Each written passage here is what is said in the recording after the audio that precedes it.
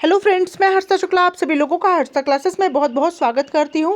Friends, आज मैं UP DElEd fourth semester के बहुत ही महत्वपूर्ण धमाकेदार प्रश्नों की महा मैराथन क्लास लेकर के हाजिर हुई हूं।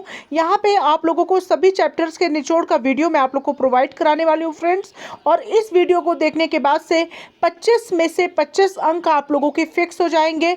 निश्चित रूप से 100% गारंटी के साथ कह रही हूँ, इस वीडियो को देखने के बाद से किसी भी प्रशिक्षु का बैक नहीं रहेगा और बहुत ही अच्छे मार्क्स से आप लोग परीक्षा को उत्तीर्ण कर पाएंगे गणित विषय की। तो चलिए ज्यादा समय न लेते हुए स्टार्ट करते हैं। पहला क्वेश्चन मैंने लिया है फ्रेंड्स 2/3, 3/4, 4/5, 5/6 परिमेय संख्याओं का वर्ग ज्ञात कीजिए। बहुत ही अच्छा प्रश्न है और बिल्कुल मैंने जैसा कि आप लोग को बताया कि बेसिक से बिल्कुल मैं आप लोग को पढ़ाऊंगी ताकि एक भी क्वेश्चन आप लोग के लिए कठिन ना रहे।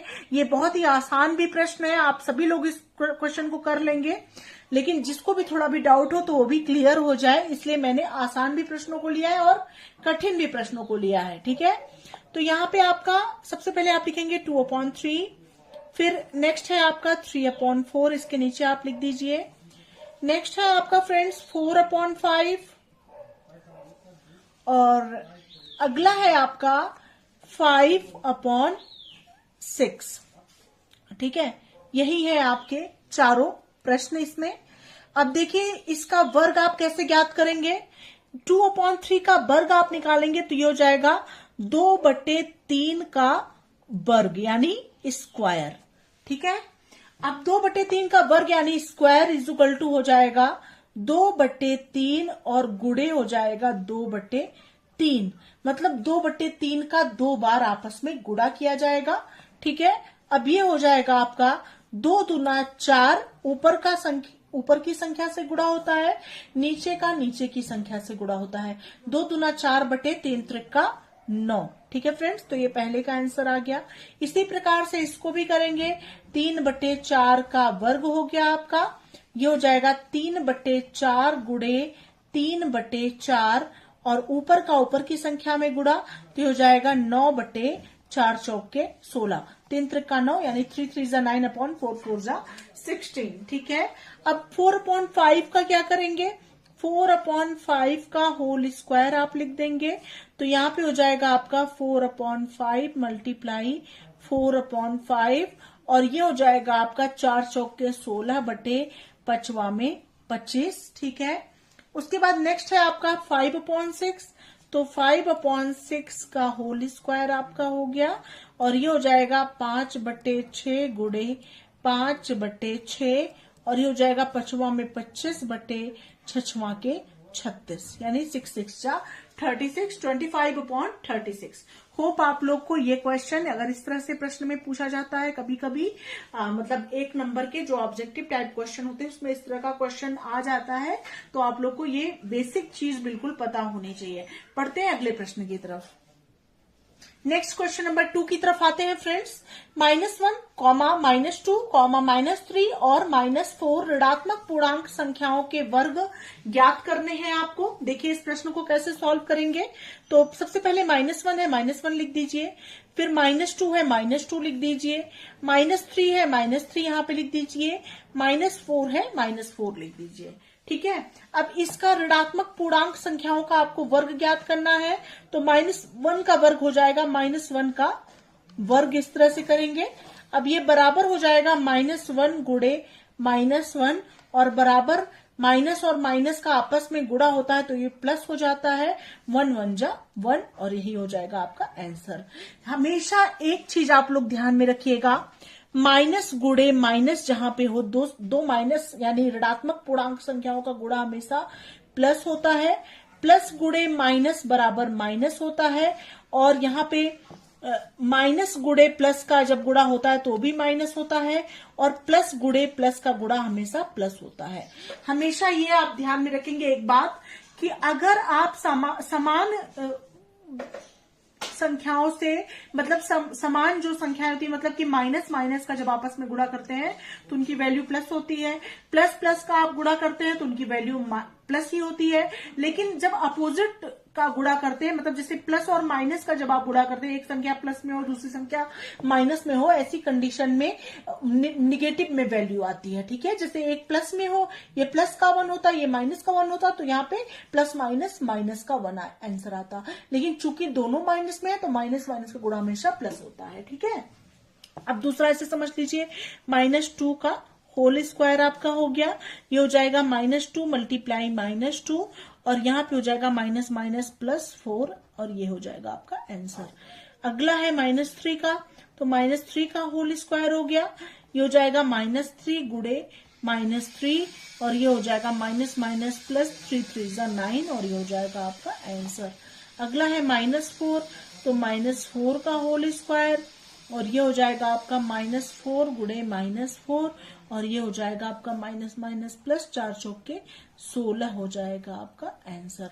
होप आप लोग को ये क्वेश्चन भी अच्छे समझ में आ गया होगा। बढ़ते हैं अगले प्रश्न की तरफ। फ्रेंड्स, नेक्स्ट क्वेश्चन नंबर 3 है आपका, गुणनखंड विधि से पूर्ण वर्ग संख्याओं के वर्गमूल ज्ञात करना। बहुत ही अच्छा प्रश्न है, गुणनखंड विधि से है आपका। देखिए, वर्गमूल ज्ञात करने के लिए 2 विधियों का हम प्रयोग करते हैं, एक गुणनखंड विधि होता है और दूसरा है भाग विधि। परीक्षा में कोई भी पूछा जा सकता है, गुणनखंड विधि भी कभी कभी दोनों ही पूछा जाता है। 1 नंबर में गुणनखंड विधि पूछ लिया जाता है और 2 नंबर में भाग विधि पूछ लिया जाता है, भाग विधि से वर्गमूल और गुणनखंड विधि से वर्गमूल। ठीक है, तो दोनों की ही जानकारी होना आप लोग के लिए बेहद जरूरी है। सबसे पहले आप गुणनखंड विधि सीख लीजिए, फिर बाद भाग विधि भी सिखा देंगे। तो यहाँ पे गुणनखंड विधि से पूर्ण वर्ग संख्याओं के वर्गमूल ज्ञात करना है, तो यहाँ पे सबसे पहले आपको दिया गया है 576। ठीक है, 576 का आपको वर्गमूल ज्ञात करना है, जो कि गुणनखंड विधि से ज्ञात करना है। तो 576 का वर्गमूल हो जाएगा आपका, 576 का वर्गमूल बराबर हो जाएगा करड़ी में, मतलब वर्गमूल 576। ठीक है, इस तरह से। अब इसको क्या करेंगे, इसका आप गुणनखंड विधि से आपको ज्ञात करना है, तो 576 का आप गुणनखंड निकाल लेंगे। ठीक है, तो यहाँ पे आप 576 का गुणनखंड निकाल लीजिए। ठीक है, ये इधर 576 का आप गुणनखंड निकालेंगे, 576। ठीक है, तो 2 से आप पहले करेंगे, 2 दूना 4, 1 5, 2 8 16, 1 17 और 2 8 16। फिर 2 से जाएगा, 2 1 2, 2 चौके 8, 2 चौके 8। फिर 2 से जाएगा, 2 7 14, 2 दूना 4। फिर 2 से जाएगा, 2 3 6, 1 7, 2 6 12। फिर 2 से जाएगा, 2 1 2, 2 8 16। फिर 2 से जाएगा, 2 9 18। ठीक है, फिर ये 3 से जाएगा, 3 3 9। फिर ये 3 से जाएगा, 3 1 3। ठीक है, इस प्रकार से, इस तरह से गुणनखंड आप 576 का निकालेंगे। अब देखिए इसको कैसे सॉल्व करेंगे। अब यहाँ पे आप ये तो निकाल लीजिए इस तरह से। अब इसको आप लिखेंगे 576, ये वाला बाद में, नेक्स्ट बी वाला जो क्वेश्चन है ये बाद में मैं अभी बता दूंगी। ठीक है, यहाँ जगह थोड़ा कम है तो इसको पूरा कवर कर लेती हूँ। तो 576 बराबर हो जाएगा आपका, यहाँ पे कितनी बार 2 आया है, 1 2 3 4 5, 6 बार 2 है और 2 बार 3 है। तो 1 2 3 4 5, 6 बार 2 है और 2 बार 3 है, तो 3 गुणे 3 हो गया आपका। ठीक है, अब इसका क्या करेंगे हम, वर्गमूल में क्या होता है, 2 2 का पेयर बनता है। ठीक है, तो यहाँ पे हो जाएगा, इसका एक पेयर बन गया, ये 2 का एक पेयर बन गया, इन दोनों का एक पेयर बन गया, इन दोनों का एक जोड़ा बन गया, इसका एक जोड़ा बन गया। ठीक है, 2 2 का पेयर। वर्गमूल में हमेशा 2 2 का पेयर बनाते हैं, घनमूल जब निकालना होता है तो 3 3 का बनाते हैं। आगे मैं आप लोग को बताऊंगी। तो यहाँ पे वर्गमूल चूंकि आपको निकालना है 576, तो आप क्या करेंगे, इसमें से 1 2 बाहर यहाँ लिख लेंगे, इसमें से इस जोड़े में से 1 2 लिख देंगे, इस जोड़े में से 1 2 लिख देंगे और इस जोड़े में से 1 3 लिख देंगे। ठीक है, इस तरह से हो गया। अब यहाँ पे हो जाएगा फ्रेंड्स, वर्गमूल 576 का मान हो जाएगा 2 दूना 4, दूना 8 त्रिक 24। ठीक है, तो यही 24 आपका हो गया आंसर। होप आप लोग को ये क्वेश्चन अच्छे समझ में आ गया होगा। ठीक है, इसको आप नोट कर लीजिए। अब बढ़ते हैं अगले प्रश्न की तरफ। नंबर बी है 2025 का पूर्ण वर्ग संख्याओं का वर्गमूल ज्ञात करना है। 2025 अगला नंबर मैंने लिया है। इसको भी मैं एक बार समझा देती हूँ ताकि ज्यादा आप लोगों को क्लियर हो जाए। ठीक है, तो यहाँ पे नेक्स्ट नीचे मैं समझाती हूँ। बी वाला, बी में है आपका 2025 का आपको निकालना है। ठीक है, 2025 का आपको निकालना है। तो सबसे पहले आप 2025 का वर्गमूल ज्ञात कर लेंगे। ऐसे यहाँ पे 2025 लिख लेंगे और यहाँ पे सबसे पहले ये किससे जाएगा, ये आपका 3 से जाएगा। 3 छक 18, 2 20, 3 सत्ते 21, 3 पचे 15। फिर 3 से जाएगा, 3 दूना 6 और 3 दूना 6, 3 पचे 15। फिर ये 3 से जाएगा, 3 सत्ते 21, 3 पचे 15। फिर 3 से जाएगा, 3 दूना 6, 3 पचे 15। ठीक है, फिर ये 5 से जाएगा, 5वां में 25। फिर ये 5 से जाएगा, 5 एकन्नम 5। ठीक है, अब 2025 का आपको ज्ञात करना है। तो यहाँ पे हो जाएगा फ्रेंड्स 2025 बराबर हो जाएगा आपका, कितनी बार 3 आया है, 1 2 3 4 बार 3 आया है। 3 गुणे 3 गुणे 3 गुणे 3। 5 कितनी बार आया है, 2 बार आया है। गुणे 5 गुणे 5। ठीक है, अब यहाँ पे रूट में वर्गमूल आपको ज्ञात करना है। 2025 लिख दीजिए और बराबर इन दोनों का एक पेयर बन गया, इसका एक जोड़ा बन गया, इसका एक जोड़ा बन गया। 3 गुणे 3 गुणे 5 आप लिख लेंगे और ये हो जाएगा 3 त्रिका 9 पचे 45 और यही हो जाएगा आपका आंसर। होप आप लोग को ये दोनों क्वेश्चन अच्छे समझ में आ गया होगा। ठीक है, गुणनखंड विधि से वर्गमूल निकालने की विधि। अब अगले प्रश्न की तरफ बढ़ते हैं। नेक्स्ट क्वेश्चन नंबर 4 है फ्रेंड्स, गुणनखंड विधि से दो संख्याओं के गुणनफल अथवा भागफल का वर्गमूल ज्ञात करना। ये अब आपका अगले नियम से क्वेश्चन पूछा जाता है, ये आपका अगला नियम है। ठीक है, कई प्रकार के प्रश्न बनते हैं आपकी परीक्षा में वर्गमूल को लेकर के। ठीक है, तो इस प्रकार के भी प्रश्न को आप देख लीजिए। तो यहाँ पे करड़ी में आपको दिया गया है, वर्गमूल के अंतर्गत आपको दिया गया है 9 गुणे 100। तो इसको देखिए कैसे सॉल्व करेंगे फ्रेंड्स। सबसे पहले आप 9 का निकाल लेंगे, फैक्टर कर लेंगे, मतलब गुणनखंड कर लेंगे। 9 का गुणनखंड आप जानते हैं 3 गुणे 3 ही होता है। ठीक है, और 100 का गुणनखंड आप इस तरह से निकाल लेंगे। 100 को आप इस तरह से लिख करके और यहाँ पे 2 से गुणा करेंगे, 2 से भाग देंगे, 2 पंचे 10, 0 हो गया।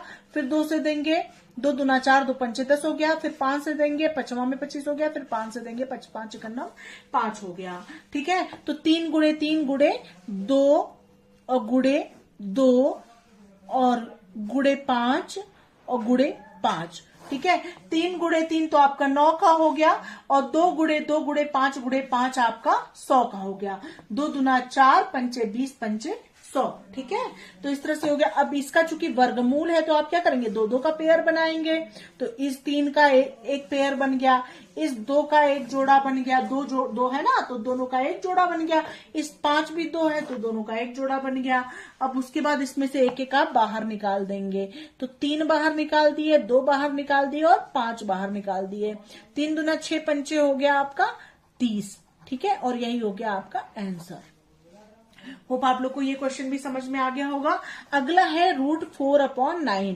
तो इसका भी आपको निकालना है। तो यहाँ पे √4/9 का जब वर्गमूल निकालेंगे तो ये हो जाएगा आपका 4 का। सबसे पहले आप 4 को किस तरह से 4 का फैक्टर करेंगे, तो इसको ऐसे ही आप जानते हैं 2 का स्क्वायर होता है 4, यानी 2 का वर्ग ही तो 4 होता है। 2 गुणे 2 आप लिख सकते हैं और बटे 9 किसका होता है, 3 गुणे 3 का होता है। इसका एक जोड़ा बन गया, इसका एक जोड़ा बन गया, बराबर 2/3 आपका हो गया आंसर। ये भी बहुत ही आसान प्रश्न था। होप आप लोग को अच्छे समझ में आ गया होगा। बढ़ते हैं अगले प्रश्न की तरफ। नेक्स्ट क्वेश्चन है फ्रेंड्स, क्वेश्चन नंबर 5 और ये परीक्षा में पूछा गया है, परीक्षा में आया था ये प्रश्न। परिमेय संख्या 256/441 के वर्गमूल ज्ञात कीजिए। बहुत ही अच्छा प्रश्न है ये। तो 256/441 का वर्गमूल क्या होता है, 256 और बटे 441 का वर्गमूल बराबर हो जाएगा आपका करड़ी में 256 और बटे 441। 441। ठीक है, अब 256 का गुणनखंड निकाल लीजिए और 441 का गुणनखंड निकाल लीजिए।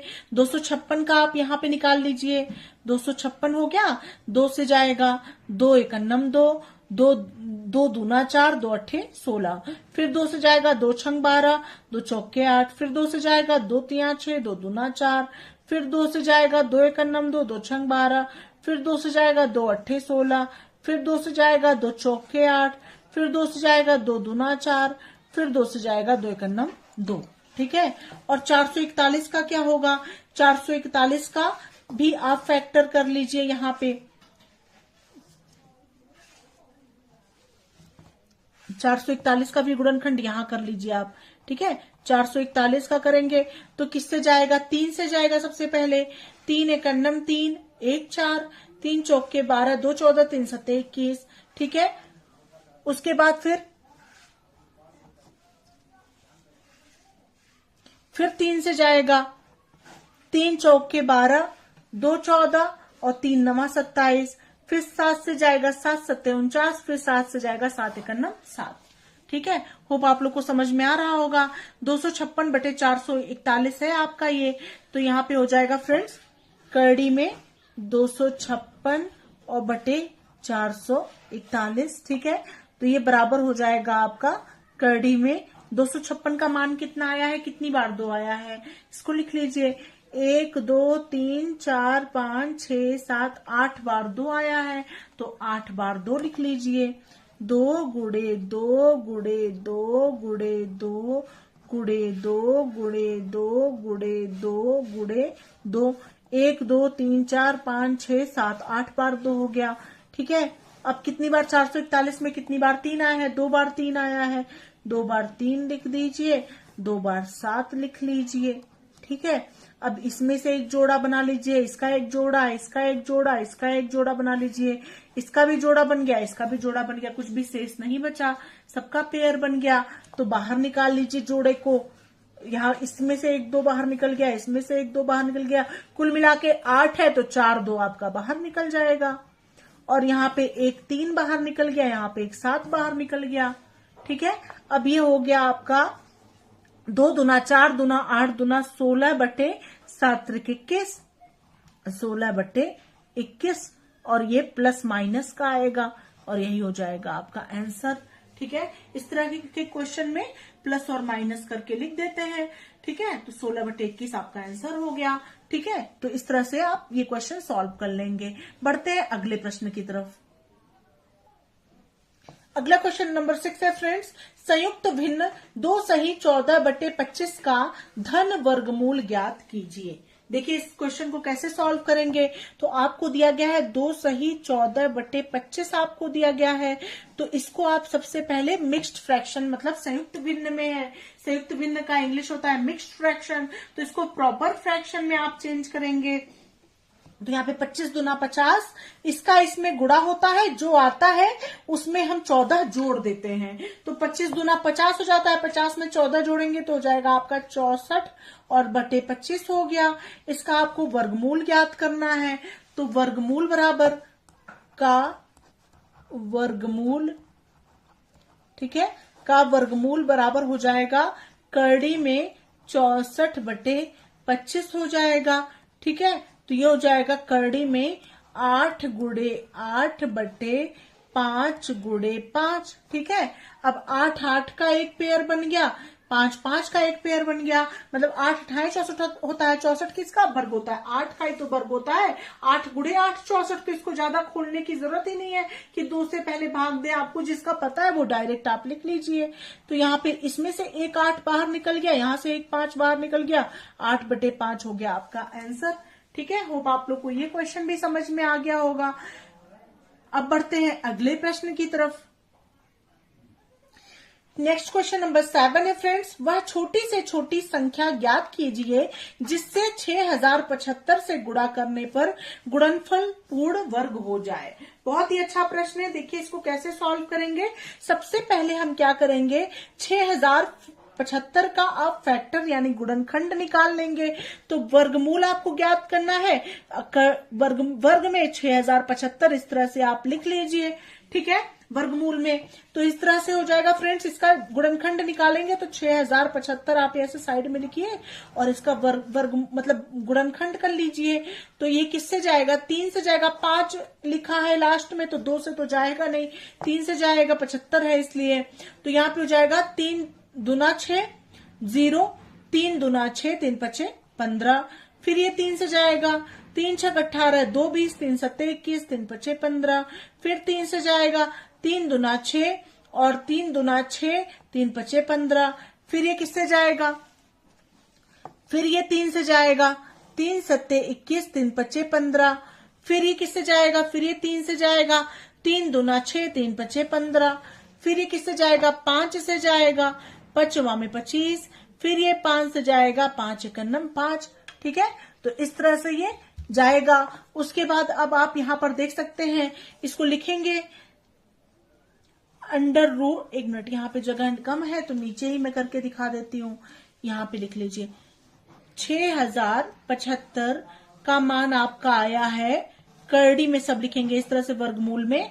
उसके बाद कितनी बार 3 आया है ये देख लीजिए, 1 2 3 4 5 में एक बार 3 आया है, 2 बार 5 आया है, 5 बार 3 आया है, 1 2 3 4 5 बार 3 आया है और 2 बार 5 आया है, ठीक है। इस तरह से लिख लेंगे, ठीक है। अभी इसका एक जोड़ा बन गया, इसका एक जोड़ा बन गया, और ये बच गया, इसका एक जोड़ा बन गया, ठीक है। तो यहाँ पे ये मतलब यहाँ पे ये क्वेश्चन दिया गया है कि 6075 मतलब वह छोटी से छोटी संख्या ज्ञात करनी है जिससे 6075 से गुणा करने पर गुणनफल पूर्ण वर्ग हो जाए। तो फ्रेंड्स यहाँ पे पूर्ण वर्ग नहीं हो रहा है ना 6075, क्योंकि 3 यहाँ पे शेष बच रहा है, इसका कोई भी पेयर नहीं बन रहा है, तो इसी को आपको लिखना है। तो फ्रेंड्स यहाँ पर हम लिखेंगे, यहाँ पे 3 शेष बच रहा है तो इसको इस शब्दों में लिखेंगे, ध्यान से समझिएगा। यहाँ पे लिखेंगे, यहाँ पर समान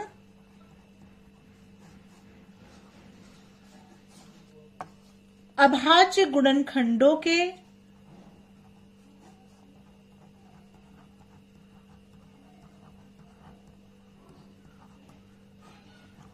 विभिन्न जोड़े बनाने पर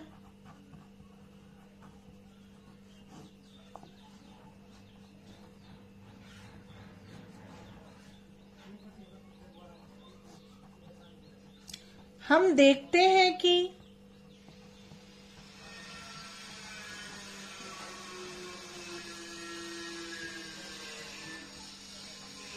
तीन शेष रह जाता है, मतलब जिसका जोड़ा नहीं बन रहा है वो शेष बच रहा है, मतलब ये वाला 3 जो है वो शेष रह जाता है, शेष रह जाता है जिसका जोड़ा नहीं बनता है, जिसका जोड़ा नहीं है, लिख दीजिए आप सीधे, जोड़ा नहीं है।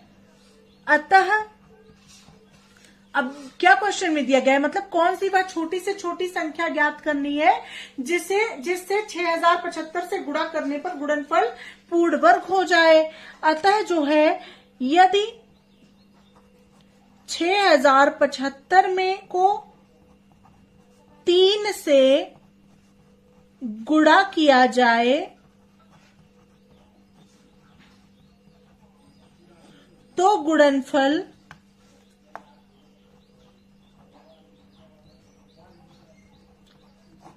एक पूर्ण वर्ग संख्या होगी।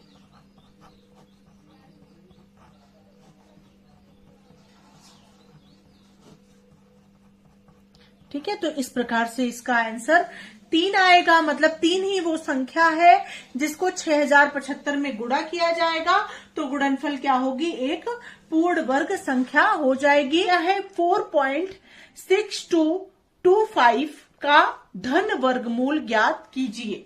ठीक है फ्रेंड्स, तो देखिए फ्रेंड्स, इसका दशमलव में अगर संख्याएं दी गई हो तो इसका आप वर्गमूल कैसे ज्ञात करेंगे। तो सबसे पहले आप इस तरह से लिख लीजिए 4.6225, ठीक है। उसके बाद इस तरह से फिर ऊपर की ओर, अब फ्रेंड्स यहां लास्ट वाली डिजिट से आप पेयर बनाते चलेंगे। इन दोनों का एक जोड़ा बन गया, इसका एक जोड़ा बन गया, इसका एक जोड़ा बन गया। कौन सी संख्या लें जिसका स्क्वायर करने पर यानी जिसका वर्ग करने पर 4 या 4 से कम आए, 4 से ज्यादा ना आए? तो आप जानते हैं 2 का वर्ग अगर आप करते हैं, 2 का स्क्वायर होता है आपका 4, ठीक है। तो 2 का वर्ग करेंगे तो पूरा आपका 4 आ जाएगा, ठीक है। 2 2 आपका 4 हो गया, यहाँ पे 4 में से 4 गया, कुछ नहीं हुआ। पॉइंट लगा के यहाँ पे पॉइंट लगा लेंगे और ये 62 आप आगे नीचे की ओर बढ़ा देंगे, ठीक है। जब आपका 62 नीचे की ओर बढ़ गया तो आप कौन सी ऐसी संख्या यहां पर लिखिए और यहां पर वही संख्या लिखिए और इस संख्या का उन दोनों संख्याओं में गुणा करिए। तो यहाँ पे अगर तो 62 या 62 से कम आए लेकिन 62 से ज्यादा ना आए। तो फ्रेंड्स आप देखते हैं कि यहाँ पे 1 लिखेंगे और यहाँ पे 1 लिखेंगे तो 41 51 41 हो जाएगा, जो कि 62 से कम है।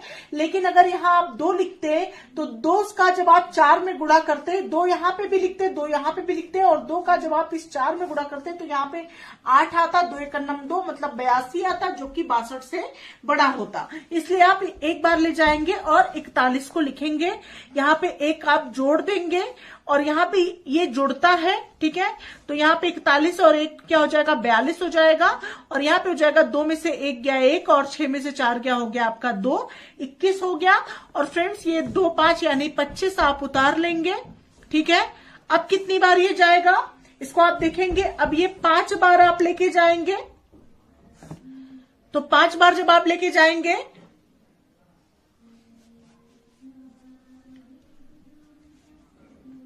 तो ये हो जाएगा आपका 5 से जब आप इसमें गुणा करेंगे 425 में तो ये हो जाएगा आपका 5वां में 25 के 5 हासिल 2 और 5 51 5,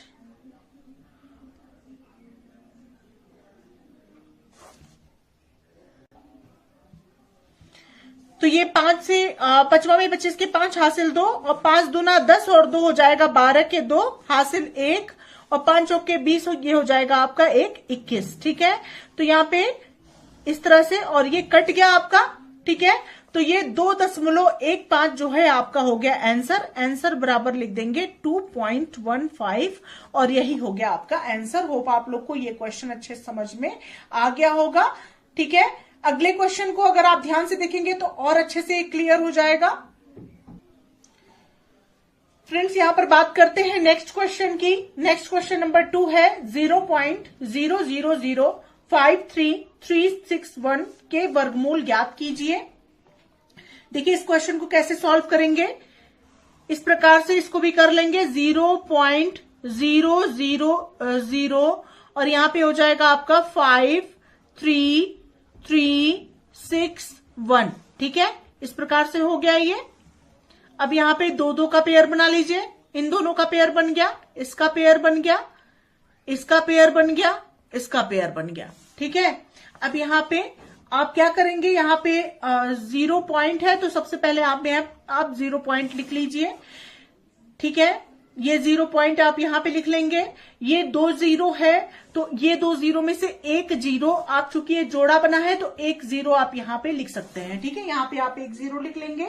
अब यहां पे 05 है मतलब 5 है, ठीक है। 0 का कोई मतलब ही नहीं है 5 के आगे लिखा हुआ है तो 5 केवल आप मानेंगे। और कौन सी ऐसी संख्या का वर्ग करें जो 5 या 5 से कम आए लेकिन 5 से ज्यादा ना आए। तो फ्रेंड्स 2 का अगर आप वर्ग करेंगे तो 2 दूना आपका हो जाएगा 4 और यहां पे 2 आप यही जोड़ लेंगे, ठीक है। तो यहां पे 2 2 4 हो गया, 5 में से 4 गया हो गया आपका 1 और 5 में से 4 गया बचा 1 और 33 को आप इसके आगे पेयर वाला उतार लेंगे, ठीक है। अब कौन सी ऐसी संख्या यहां पे लिखें, वही संख्या यहां पे रहेगी और वही संख्या यहां पे लिखेंगे और इस जो संख्या यहां पे लिखेंगे उसी संख्या का यहां से इन दोनों में गुणा करके यहां पर लिखेंगे। तो इससे इतना या इससे कम आए लेकिन इससे ज्यादा नहीं आना चाहिए, तो उसी प्रकार से आप लिखेंगे। तो फ्रेंड्स यहां पे आप क्या लिख सकते हैं, यहां पे आप 3 ले सकते हैं। 3 जब आप लेंगे तो 3 का 3 में गुणा करेंगे तो हो जाएगा 3 त्रिक का 9 और 3 चौक के 12, मतलब जब 3 लिखेंगे तो 129 आएगा, जो कि नियर अबाउट 133 होगा। ठीक है, लेकिन 133 से कम होगा, लेकिन 133 से ज्यादा नहीं होगा। तो 3 आप यहाँ पे वही जोड़ देंगे, जो यहाँ पे 3 लिखेंगे उसी 3 को यहाँ पे आप जोड़ देंगे। तो यहाँ पे 13 में से 9 गया, हो गया आपका 4, और यहाँ पे क्या बचा फ्रेंड्स, यहाँ पे 2 बचा, कुछ नहीं हुआ, कट गया। यहाँ पे 6 1 को आप उतार लेंगे। ठीक है, यहाँ पे 3 3 6 और 4 4 6, यहाँ पे 46 बचा। ठीक है, अब यहाँ पे 1 है, यहाँ पे 46 है, लेकिन 1 है, 461 है। तो यहाँ पे 1 आप कुल मिला के कुछ ना सोचते हुए आप 1 लिख देंगे, यहाँ पे 1 लिख देंगे। 461 एकन्नम 461 हो जाएगा, यहाँ पे 461 हो जाएगा, और ये आपका कट गया। ठीक है, कैंसिल हो गया ये पूरा, और आंसर इसमें आ गया आपका 0.0231, और यही हो गया आपका आंसर। होप आप लोग को ये क्वेश्चन अच्छे समझ में आ गया होगा। ठीक है, बढ़ते हैं अगले प्रश्न की तरफ। नेक्स्ट क्वेश्चन नंबर 3 है, 0.9 का धन वर्गमूल दशमलव के 2 स्थान तक निकटतम ज्ञात कीजिए। बहुत ही अच्छा प्रश्न है, इस प्रकार का प्रश्न आपकी परीक्षा में पूछा जाता है, बहुत ही अच्छा प्रश्न है। तो देखिए इसको कैसे सॉल्व करेंगे। तो सबसे पहले फ्रेंड्स आप ध्यान देंगे, दशमलव के 2 स्थान तक पूछा गया है कि दशमलव के 2 स्थान तक आपको वर्गमूल ज्ञात करना है। तो सबसे पहले आप क्या करेंगे, 0.9 आप लिखेंगे, और यहाँ पे दशमलव के 2 स्थान तक आपको वर्गमूल ज्ञात करना है, वर्ग ज्ञात करना है, वर्गमूल।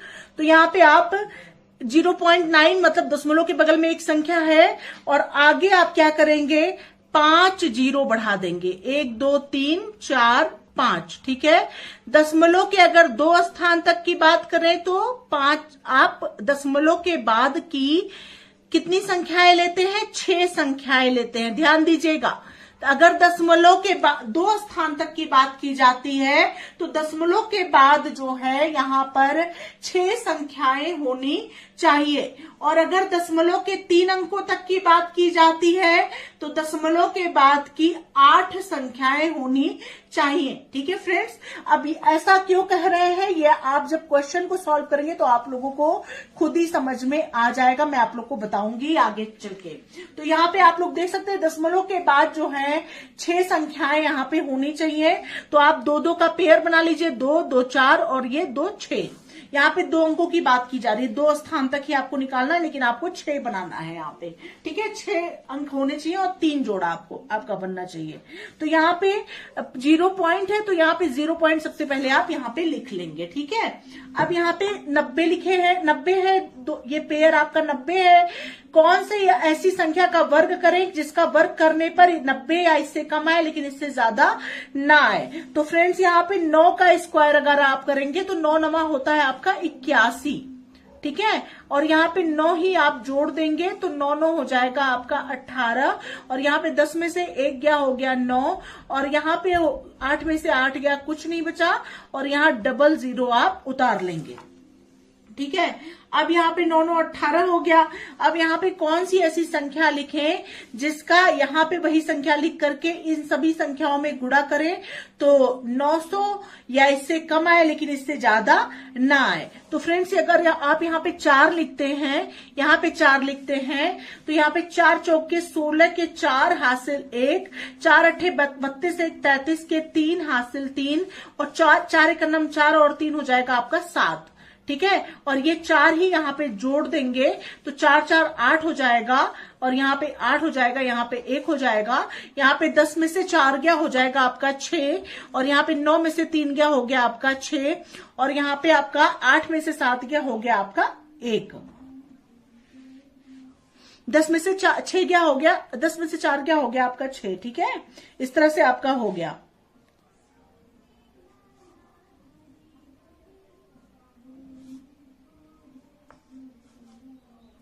ठीक है, एक मिनट, यहाँ पे 4 चौक के 16, यहाँ पे 6 होना चाहिए ना, यहाँ पे 6 होगा, यहाँ पे 6 होगा, 4 चौक के 16 के 6 हासिल 1, 4 8 32, हाँ, यहाँ 10 में से 6 क्या हो गया आपका 4 यहाँ पे होगा। ठीक है, यहाँ पे आपका 4 हो गया, 164 हो गया यहाँ पे आपका, और ये 2 जीरो आप यहाँ पे बढ़ा देंगे, ये 2 जीरो आपका बचेगा ना, तो ये 2 जीरो आपका यहाँ पे उतरेगा।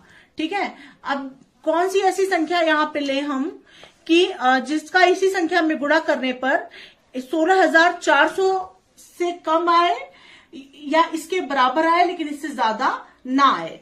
तो यहाँ पे हम संख्या लेंगे अगर 8, और यहाँ पे भी हम लिखेंगे 8, तो यहाँ पे हम 8 का 8 में गुणा करेंगे तो 8 × 64 के 4 हासिल 6, 8 × 64 और 6 हो जाएगा आपका 70 के 0 हासिल हो जाएगा आपका 7, और 8 × 64 और 7 हो जाएगा आपका 7 4 11। ठीक है, 64 और 7 हो जाएगा आपका 71, 71 के 1 हासिल आपका 7 हो गया, और 8 × 8 और 7 हो जाएगा आपका 15। ठीक है, तो 15,104 जो कि नियर अबाउट आपका 16,400 है। अगर आप 9 लिखेंगे तो और बड़ी संख्या आएगी, तो इसलिए ये आपका ठीक है। ठीक है फ्रेंड्स, तो यहाँ पे इस तरह से तो आप इसको चाहे आप नीचे चाहे आप घटा करके 1296 लिख सकते हैं, इसको घटाने के बाद 1296 आएगा, और चाहे आप ऐसे छोड़ भी सकते हैं। ऊपर जो आपको चाहिए था वो आपको मिल चुका है, आपको दशमलव के 3 स्थान तक की संख्याएं मिली हैं। तो फ्रेंड्स आप बोलेंगे कि दशमलव के 2 स्थान तक निकालना था तो आपने 3 स्थान तक क्यों निकाला, तो मैं आप लोग को बता दूं, यहाँ पे आंसर में सबसे पहले आप लिखेंगे 0.948 और नियर अबाउट 2 मतलब 2 स्थान तक आपको संख्या निकालनी थी। तो यहाँ पे फ्रेंड्स तीसरे अंक से आप डिसाइड करेंगे कि यहाँ पे संख्या क्या होगी। एक बात मैं आप लोग को बता दूं, यह बात हमेशा आप ध्यान में रखिएगा कि दशमलव के तीसरे स्थान पर अगर संख्या 5 हो या 5 से बड़ी संख्या हो तो दशमलव के दूसरे स्थान पर 1 अंक जुड़ जाता है। ठीक है, अगर दशमलव के तीसरे स्थान पर संख्या 5 हो या 5 से कोई भी बड़ी संख्या मतलब 6 7 8 9 हो तो यहाँ पे 4 में 1 जुड़ करके नियर अबाउट मतलब दूसरे स्थान तक संख्या लिखी जाती है। तो फ्रेंड्स यहाँ पर आप लोग देख सकते हैं दशमलव के तीसरे स्थान पर जो संख्या है वो 8 है, जो कि 5 से बड़ा है, इसलिए 0.94 में प्लस यहाँ पे 4 में 1 आपका जुड़ जाएगा और ये आपका लिखा जाएगा 0.95 और यही दशमलव के दूसरे स्थान तक संख्या होगी, यही आपका आंसर होगा। ठीक है फ्रेंड्स, और यही चीज लागू होती है दशमलव के तीसरे स्थान पर भी और दशमलव के तीसरे स्थान के लिए। इसीलिए हम दशमलव के बाद कितनी संख्याएं होनी चाहिए, यहाँ पे 8 संख्याएं होनी चाहिए। दशमलव के 4 अंक तक हम निकालते हैं और 4 अंक तक निकालने के बाद हम डिसाइड करते हैं कि जो चौथी संख्या है वो 5 है, 5 या 5 से अधिक है या 5 से कम है। अगर 5 से कम आती है तो हम कुछ भी नहीं जोड़ते हैं, जो तीसरे स्थान पर जो संख्या रहती है वह एज इट इज लिख देते हैं, और अगर 5 या 5 से अधिक होती है तो हम तीसरे स्थान वाली संख्या में 1 जोड़ करके लिखते हैं। अगर यहाँ पे 4 ही होता तो ये 0.94 ही लिखा जाता, चूंकि यहाँ पे 8 है तो 0.95 इसलिए लिखा जाएगा। होप आप लोग को ये क्वेश्चन अच्छे समझ में आ गया होगा। क्या 243 एक पूर्ण घन है? ध्यान से समझिएगा इस क्वेश्चन को। 243 एक पूर्ण घन है, इस तरह का प्रश्न आपकी परीक्षा में आपको देखने को मिल सकता है। तो फ्रेंड्स यहाँ पर हम करेंगे कि 243 का सबसे पहले हम फैक्टर यानी गुणनखंड निकालेंगे। 243 का सबसे पहले जब आप फैक्टर निकालेंगे तो सबसे पहले ये 3 से जाएगा, 3 अट्ठे 24, 3 एकन्नम 3, ठीक है। फिर ये 3 से जाएगा, 3 दूना 6, 2 8, 3 सत्ते 21, फिर ये 3 से जाएगा, 3 नवा 27, फिर 3 से जाएगा, 3 त्रिका 9, फिर 3 से जाएगा, 3 एकन्नम 3, ठीक है। इस तरह से हो गया। अब यहां पर आप लिख सकते हैं 243 बराबर आपका आया है, कितनी बार 3 है, 1 2 3 4 5 बार 3 है, तो 1 2 3 4 और 5 बार आपका 3 आ गया है। अब यहाँ पे फ्रेंड्स 3 3 का आप जोड़ा यानी समूह बनाएंगे, जिसको त्रिक भी बोलते हैं। तो जब 3 3 का समूह बनाएंगे तो ये 3 का एक त्रिक बन गया और इस 3 का त्रिक नहीं बना है, ठीक है, ये शेष बच गया, ठीक है। तो यहां पे आप लिख सकते हैं कि यहां पर 3 का त्रिक बनाने पर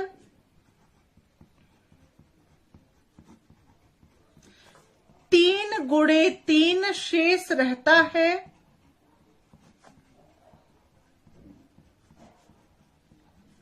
अतः 243 एक पूर्ण घन संख्या नहीं है। ठीक है, एक बात हमेशा आप लोग ध्यान में रखिएगा फ्रेंड्स कि जिसमें जोड़ा नहीं बनता है, मतलब त्रिक नहीं बन रहा है, वो पूर्ण घन संख्या नहीं होगी। अगर यहाँ पे एक और 3 होता और इसका भी त्रिक बनता तो ये पूरा क्या होता, पूर्ण घन संख्या हो जाता। ठीक है, पूर्ण घन संख्या होने या नहीं होने में यही अंतर होता है कि जिसमें पेयर नहीं बनता है वो पूर्ण घन संख्या नहीं होता है, और जिसमें पेयर बन जाता है सभी संख्याओं का, त्रिक बन जाता है, मतलब घन है तो घन मतलब 3-3 का पेयर बनेगा। वर्गमूल निकालना है तो 2-2 का जोड़ा बनाते हैं, तो ये पूर्ण घन संख्या नहीं होगा। बढ़ते हैं अगले प्रश्न की तरफ। फ्रेंड्स, क्वेश्चन नंबर 2 है, क्या 729 पूर्ण घन संख्या है? इसको भी उसी प्रकार से सॉल्व करेंगे। 729 का सबसे पहले आप फैक्टर निकाल लीजिए।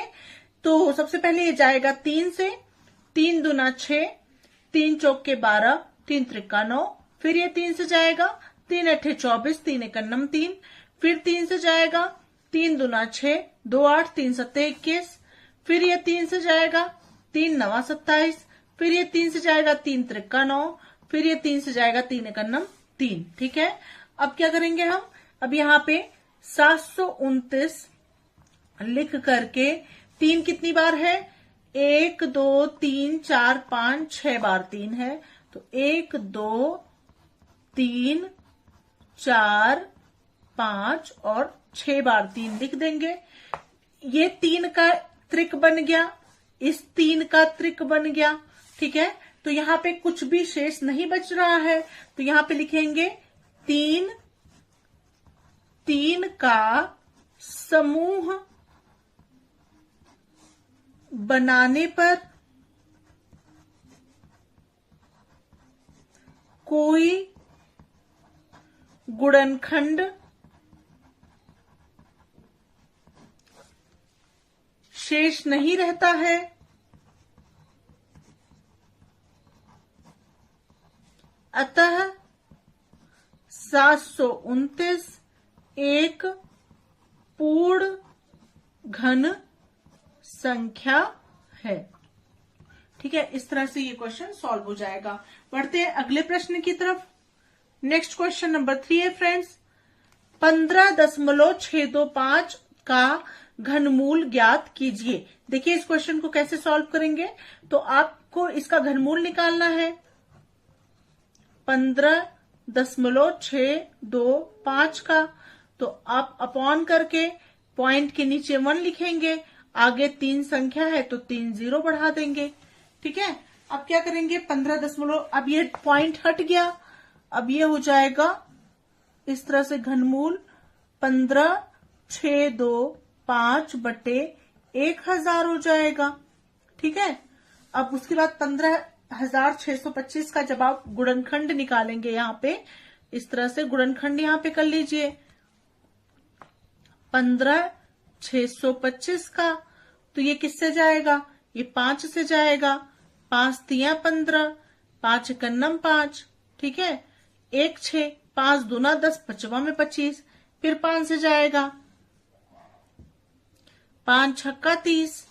ठीक है, 5 दूना 10, 5वां में 25, फिर 5 से जाएगा, 5 एकन्नम 5, 1 6, 5 दूना 10, 5वां में 25, फिर 5 से जाएगा, 5 दूना 10, 2 12, 5वां में 25, फिर 5 से जाएगा, 5वां में 25, फिर 5 से जाएगा, 5 एकन्नम 5। ठीक है, तो यहाँ पे कितनी बार 5 आया है, 1 2 3 4 5 6 बार 5 आया है, तो यहाँ पे हो जाएगा 6 बार 5 आप लिख लेंगे। 5 गुणे 5 गुणे 5 गुणे 5 गुणे 5 गुणे 5, 1 2 3 4 5 6 बार 5, और बटे 10 की 1000 को कितनी बार लिख सकते हैं? 10 गुणे 10 गुणे 10 लिख सकते हैं। ठीक है, अब यहाँ पे इसका जोड़ा त्रिक बन गया, मतलब चूंकि घनमूल है, घनमूल में 3 3 का पेयर बनाते हैं, इसका बन गया और इसका बन गया और यहाँ पे इसका बन गया।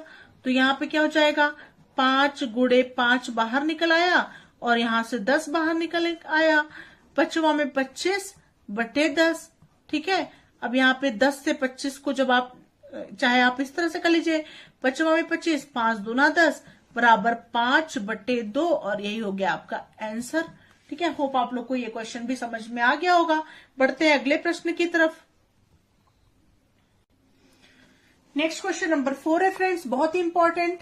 एक धातु की ठोस आयताकार सिल्ली की माप 10 सेंटीमीटर गुणे 4 सेंटीमीटर गुणे 1.6 सेंटीमीटर है। इसको पिघलाकर एक दूसरी ठोस घनाकार सिल्ली बनाई जाती है। मतलब जो इतने आयतन का है, एक धातु की ठोस आयताकार सिल्ली की माप जो है इतना है और इसको पिघलाकर जो है दूसरी ठोस घनाकार सिल्ली बनाई जाती है। बताइए इस नई सिल्ली की भुजा की माप कितनी होगी? तो फ्रेंड्स क्या होगा? आयताकार सिल्ली का आयतन कितना हो जाएगा? आयताकार सिल्ली का आयतन कितना हो जाएगा? लंबाई गुणे चौड़ाई गुणे ऊंचाई दिया गया है, तो यहाँ पे आयताकार सिल्ली का आयतन बराबर हो जाएगा लंबाई गुणे चौड़ाई और गुणे ऊंचाई, इस तरह से लिख लेंगे। ठीक है, अब यहाँ पे क्या हो जाएगा? लंबाई कितना है? 10 है, चौड़ाई है 4 और ऊंचाई है 1.6। इन तीनों का आप गुणा कर लेंगे तो यहाँ पे इन तीनों का गुणा करने पे हो जाएगा 64 सेंटीमीटर क्यूब हो जाएगा। ठीक है, अब यहाँ पे दिया गया है इसको पिघलाकर एक दूसरी ठोस घनाकार सिल्ली बनाई जाती है। ठीक है, तो यहाँ पे लिखेंगे यदि एक नई घनाकार सिल्ली की भुजा x सेंटीमीटर है तो इसका आयतन कितना होगा? इसका आयतन बराबर x गुणे x गुणे x हो जाएगा। ठीक है, तो यहाँ पे प्रश्नानुसार क्या हो जाएगा? प्रश्नानुसार हो जाएगा जो नया सिल्ली बनाया जाता है वो x गुणे x गुणे x का बनाया जाता है, यानी x क्यूब हो जाता है। तो ये किसको पिघलाकर बनाया जा रहा है? पहले वाले को तो पिघलाकर बनाया जा रहा है, तो इसलिए ये इसके क्या हो जाएगा? इसका आयतन इसके आयतन के क्या हो जाएगा? बराबर हो जाएगा। प्रश्नानुसार x क्यूब बराबर 64। अब यहां हो जाएगा x बराबर क्यूब रूट 64। ठीक है, अब इसको आप डायरेक्टली लिख सकते हैं यहाँ पे 4 गुणे 4 गुणे 4। ठीक है, ज्यादा बड़ा करने की जरूरत नहीं है। 4 चौके 16 चौके 64, इसका आपका त्रिक बन गया। 1 4 आपका बाहर निकल के आया, 4 सेंटीमीटर हो गया आपका आंसर। इस तरह से ये प्रश्न आप सॉल्व करेंगे। बढ़ते हैं अगले प्रश्न की तरफ। नेक्स्ट क्वेश्चन नंबर 5 है फ्रेंड्स, निम्नलिखित दशमलव संख्या का घनमूल ज्ञात कीजिए। 1.331 है, तो इसको आप क्या लिख सकते हैं? 1.331 का घनमूल इस तरह से कर सकते हैं। अब इसको किस तरह से लिखेंगे? ये हो जाएगा आपका घनमूल 1.331 और बटे हो जाएगा दशमलव के नीचे 1 और यहाँ पे 3 0 बढ़ गया। ठीक है, ये दशमलव कट गया। अब यहाँ पे ये हो जाएगा फ्रेंड्स घनमूल 11 गुणे 11 गुणे 11 और बटे 10 गुणे 10 गुणे 10। ठीक है, ये हो गया आपका। अब ये हो जाएगा फ्रेंड्स आपका, यहाँ पे इसका त्रिक बन गया, यहाँ पे इसका त्रिक बन गया। 1 11 बाहर निकल के आया, ये 10 बाहर निकल के आया, 11 बटे 10 और ये हो गया आपका आंसर। होप आप लोग को ये क्वेश्चन भी अच्छे समझ में आ गया। प्रायिकता किसे कहते हैं? बहुत ही महत्वपूर्ण प्रश्न है, परीक्षा में पूछा जा सकता है। तो प्रायिकता किसे कहते हैं फ्रेंड्स? तो किसी घटना के घटने या ना घटने की स्थिति को ही प्रायिकता कहते हैं। ठीक है, जैसे कोई घटना है, उसके घटने या ना घटने की स्थिति को ही प्रायिकता कहते हैं। उदाहरण से आप समझ सकते हैं। उदाहरण के लिए, जब एक सिक्का हवा में उछाला जाता है तो संभावित परिणाम हेड और टेल होते हैं। ठीक है, एक सिक्के की एक उछाल में चित आने की प्रायिकता 1/2 होगी। ठीक है फ्रेंड्स, जैसे कि अगर एक सिक्का है, उसको एक पार्ट उसका हेड होता है, ऊपर का हिस्सा उसका हेड होता है और नीचे का हिस्सा उसका क्या होता है, टेल होता है। तो अगर इसे हवा में उछाला जाए तो या तो हेड आएगा या तो टेल आएगा। ठीक है फ्रेंड्स, तो ये दो परिणाम है, इसके दो में से एक ही परिणाम आपको प्राप्त होंगे, चाहे वो हेड आएगा चाहे वो टेल आएगा। ठीक है, जैसे मान लीजिए हेड आ रहा है तो हेड आने की संभावना क्या होगी, 1/2 होगी, क्योंकि 2 परिणाम हैं और 2 परिणाम में से ऊपर एक ही परिणाम आएगा। ठीक है, चाहे हेड आए तो 1/2 होगी, टेल आए तब भी 1/2 होगी। होप आप लोग को समझ में आ रहा होगा। तो यहाँ पे आप लोग देख सकते हैं कि एक सिक्के की एक उछाल में चित आने की प्रायिकता 1/2 होगी, क्योंकि एक सिक्का एक ही बार उछाला जाता है, तो उसमें या तो चित आएगा या पट आएगा, या तो हेड आएगा या तो टेल आएगा, अर्थात इन दोनों में से एक ही आएगा, इसलिए इसकी प्रायिकता 1/2 हो जाएगी। होप आप लोग को ये क्वेश्चन अच्छे समझ में आ गया होगा कि प्रायिकता किसे कहते हैं। किसी घटना के घटने या ना घटने की स्थिति को ही प्रायिकता कहते हैं। जैसे मान लीजिए कोई सिक्का हवा में उछाला जाता है, सिक्के में 2 पार्ट होते हैं, एक हेड होता है एक टेल होता है, तो संभावित परिणाम हेड और टेल यानी 2 परिणाम होते हैं, और 2 परिणाम में से कितना परिणाम आ सकता है, सिर्फ एक बार में एक ही परिणाम आ सकता है, चाहे या तो ऊपर हेड आएगा या तो ऊपर टेल आएगा। तो इस तरह से उसकी प्रायिकता क्या होगी, 1/2 हो जाएगी। नेक्स्ट क्वेश्चन नंबर 2 एग्जाम में पूछा जा सकता है फ्रेंड्स कि 2 सिक्का उछालने पर क्या परिणाम प्राप्त होंगे। तो 2 सिक्का उछालने पर 4 परिणाम प्राप्त होंगे तथा 2 सिक्के उछालने की प्रायिकता 2/4 यानी 2 × 2 2 दूना 4 यानी 1/2 होगी। कैसे 4 परिणाम प्राप्त होंगे, मैंने आपको बताया कि एक सिक्का है, उसके हेड ऊपर वाली हिस्से को हेड और नीचे वाले हिस्से को टेल कहते हैं। ठीक है, हेड और टेल 2 पार्ट्स, उसके 2 भाग उसके होते हैं। तो अगर सिक्का 4 बार 2 सिक्का उछाला जाता है अगर, तो उसके कितने परिणाम प्राप्त होंगे। तो अगर 2 सिक्का साथ में उछाला जाता है तो या पहला परिणाम दोनों सिक्के में ऊपर हेड आएगा, दूसरा परिणाम होगा हेड टेल आएगा, मतलब एक सिक्के में ऊपर हेड आ गया, दूसरे सिक्के में ऊपर टेल आ गया। तीसरा परिणाम होगा फ्रेंड्स, दोनों टेल आ सकता है, मतलब दोनों सिक्के साथ में उछाले जाए तो दोनों टेल नीचे गिरने पर आ सकता है दोनों में। और चौथा परिणाम जो प्राप्त होगा फ्रेंड्स, वो होगा आपका टेल और हेड, एक में टेल और दूसरे में हेड आ सकता है। जैसे हेड आ सकता है, पहले में हेड और दूसरे में टेल आ सकता है, दोनों में टेल आ सकता है, या पहले में टेल और दूसरे में हेड आ सकता है। इस प्रकार से ये 4 परिणाम प्राप्त होते हैं। परीक्षा उपयोगी बहुत ही इंपॉर्टेंट प्रश्न है, समझ लीजिए, बिल्कुल नोट कर लीजिए कि क्वेश्चन को। नेक्स्ट क्वेश्चन पर आते हैं फ्रेंड्स, संभावनाएं क्या है। बहुत इंपॉर्टेंट क्वेश्चन है, प्रायिकता चैप्टर में यह प्रश्न जरूर पूछा जा सकता है कि संभावनाएं क्या होती है। तो इसको समझ लीजिए कि विश्व में 2 प्रकार के प्रयोग होते हैं। प्रथम प्रकार के प्रयोग के परिणाम निश्चित होते हैं तथा बार बार इन प्रयोगों को दोहराने के बाद परिणाम एक ही आते हैं। उदाहरण के लिए कांच का अपवर्तनांक। ठीक है, कांच के अपवर्तनांक को बार बार जब दोहराया जाता है तो परिणाम क्या आता है, एक ही आता है। द्वितीय प्रकार के प्रयोग वे हैं जिन्हें बार बार दोहराने से परिणाम भी बदल जाता है, अर्थात इनके परिणाम संयोग पर निर्भर करते हैं। ठीक है, जैसे कि उदाहरण ले सकते हैं कि सिक्के को फेंकने पर यह निश्चित नहीं होता कि हेड आएगा या टेल आएगा, बार बार उछालने पर उसका परिणाम जो है चेंज होता जाएगा, कभी हेड आएगा कभी टेल आएगा, फिर हेड आया फिर टेल आया। ठीक है, तो इस प्रकार से परिणाम बदलता जाएगा, एक ही परिणाम बार बार रिपीट नहीं होगा। ठीक है फ्रेंड्स, नेक्स्ट क्वेश्चन नंबर 4 बहुत ही इंपॉर्टेंट प्रश्न है, बहुत ही ध्यान से समझिएगा। एक पासे को यदृच्छया फेंकने पर उसकी मतलब प्रश्न नंबर 1 इसी में बन रहा है, सम आने की घटना बताइए। दूसरा प्रश्न है विषम आने की घटना बताइए। तो इसमें आप लोग लिख सकते हैं कि एक पासे को यदृच्छया फेंकने पर प्रतिदर्श समष्टि क्या होता है। पासे में 6 फलक होते हैं, ठीक है फ्रेंड्स। पासे में क्या होता है, 6 होता है ना। तो पहला 1 2 3 4 5 6, 6 फलक होते हैं। और इसमें से सम संख्या कौन कौन सी होती है। सम संख्या आपकी 2 हो गई, 4 हो गई और 6 हो गई।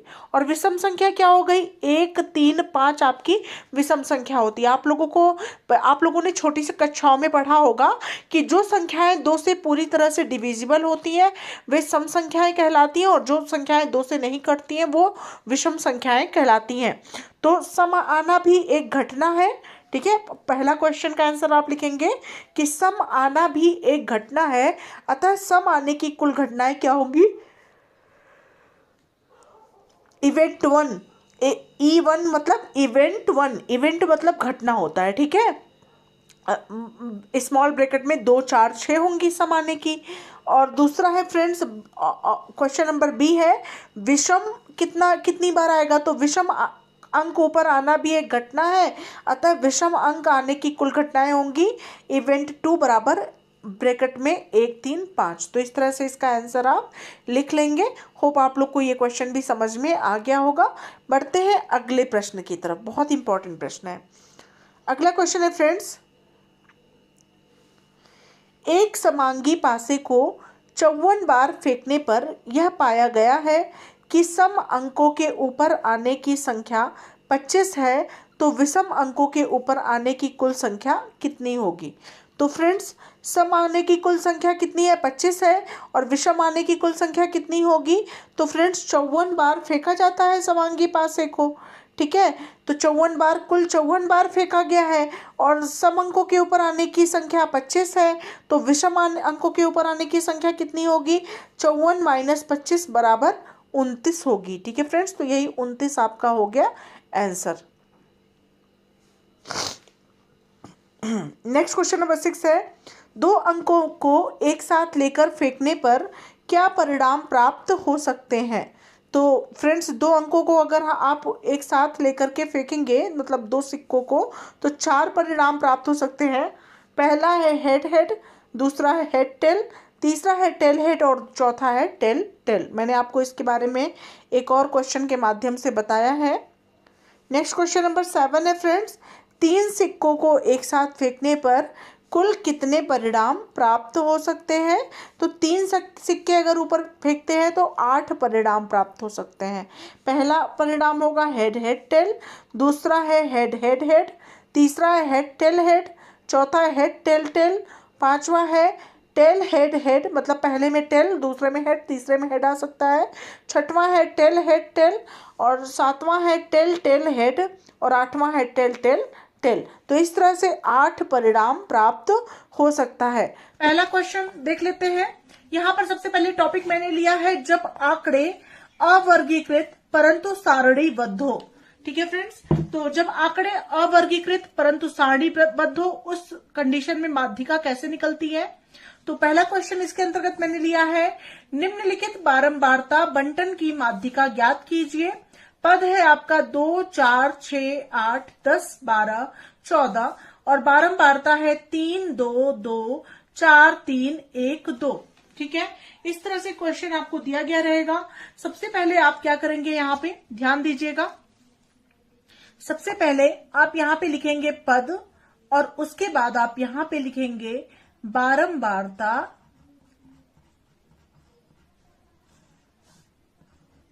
फिर आप लिखेंगे संचयी बारंबारता, ठीक है। इस तरह से 3 आपका बन गया। पद में आप क्या लिखेंगे, पद कौन कौन सा है, 2 है, 4 है, 6 है, 8 है, 2 4 6 8 10 12 और 14, ये आपको पद दिया गया है क्वेश्चन में।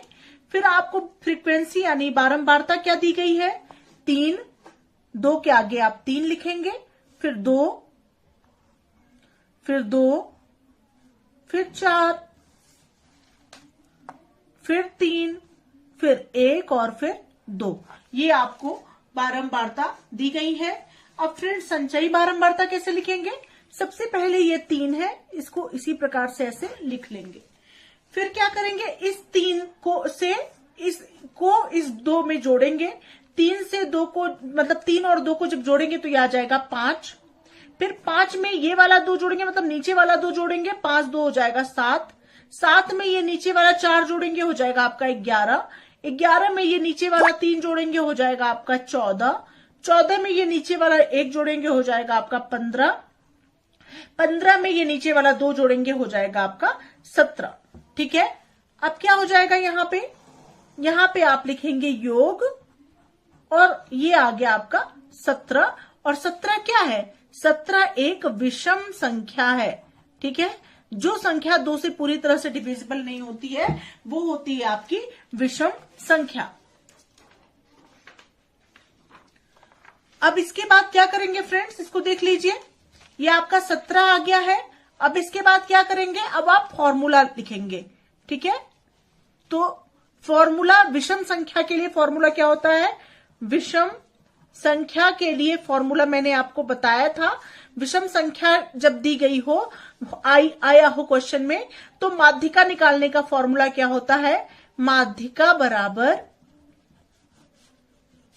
n+1/2 वा और पद। ध्यान दीजिएगा। उसके बाद इस तरह से फिर माध्यिका बराबर n+1/2 वा पद है। अब क्या हो जाएगा फ्रेंड्स? अब हो जाएगा आपका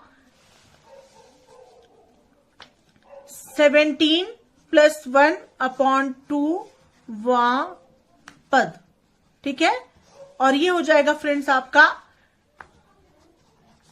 18/2 वा पद, और ये हो जाएगा आपका 2 × 2 2 9 18, और ये हो जाएगा आपका 9वां पद। ठीक है, 9वां पद आया। अब 9वां पद का कैसे निकालेंगे? तो फ्रेंड्स 9वां पद जो है वो किस संचयी बारंबारता के अंतर्गत आ रहा है? तो 9वां पद जो है, जो उसके नियरेस्ट जो बड़ी संख्या होती है संचयी बारंबारता में, जो सबसे करीबी नजदीकी संख्या होती है, वही उसकी 9वें पद की संचयी बारंबारता होगी। तो फ्रेंड्स 9वां पद जो है किस वर्ग में आ रहा है? तो यहाँ पर आप लोग देख सकते हैं 7 के भी करीब है 9, और 11 के भी करीब है 9, और 9 जो है ये 7 से भी 2 का ही डिफरेंस है, और 11 से भी 2 का ही डिफरेंस होता है। लेकिन बड़ी संख्या को हम चुनते हैं हमेशा। किसको चुनेंगे यहाँ पे? बड़ी संख्या को। तो सबसे पहले यहाँ पे हम किसको चुनेंगे? 11 को। तो 9वां पद किस वर्ग में आ रहा है? 11 के वर्ग में आ रहा है। ठीक है, तो 9वां पद उस वर्ग में होगा जिसकी बारंबारता क्या है? जिसकी संचयी बारंबारता 11 है, और 11 के क्या होगा? संचयी बारंबारता 11 का पद क्या है? तो 11 के आगे जो पद है वही आपका आंसर होगा। तो 11 के आगे आप यहां पर देख सकते हैं 11 के आगे आपका पद है 8, तो इसलिए यहां पर जो है आपकी माध्यिका क्या आ जाएगी? 8 आ जाएगी। होप आप लोग को समझ में आ रहा होगा, और इसी चीज को आप लिख करके दिखाएंगे। तो फ्रेंड्स यहां पर लिखेंगे कि 9वां पद उस वर्ग में होगा जिसकी संचयी बारंबारता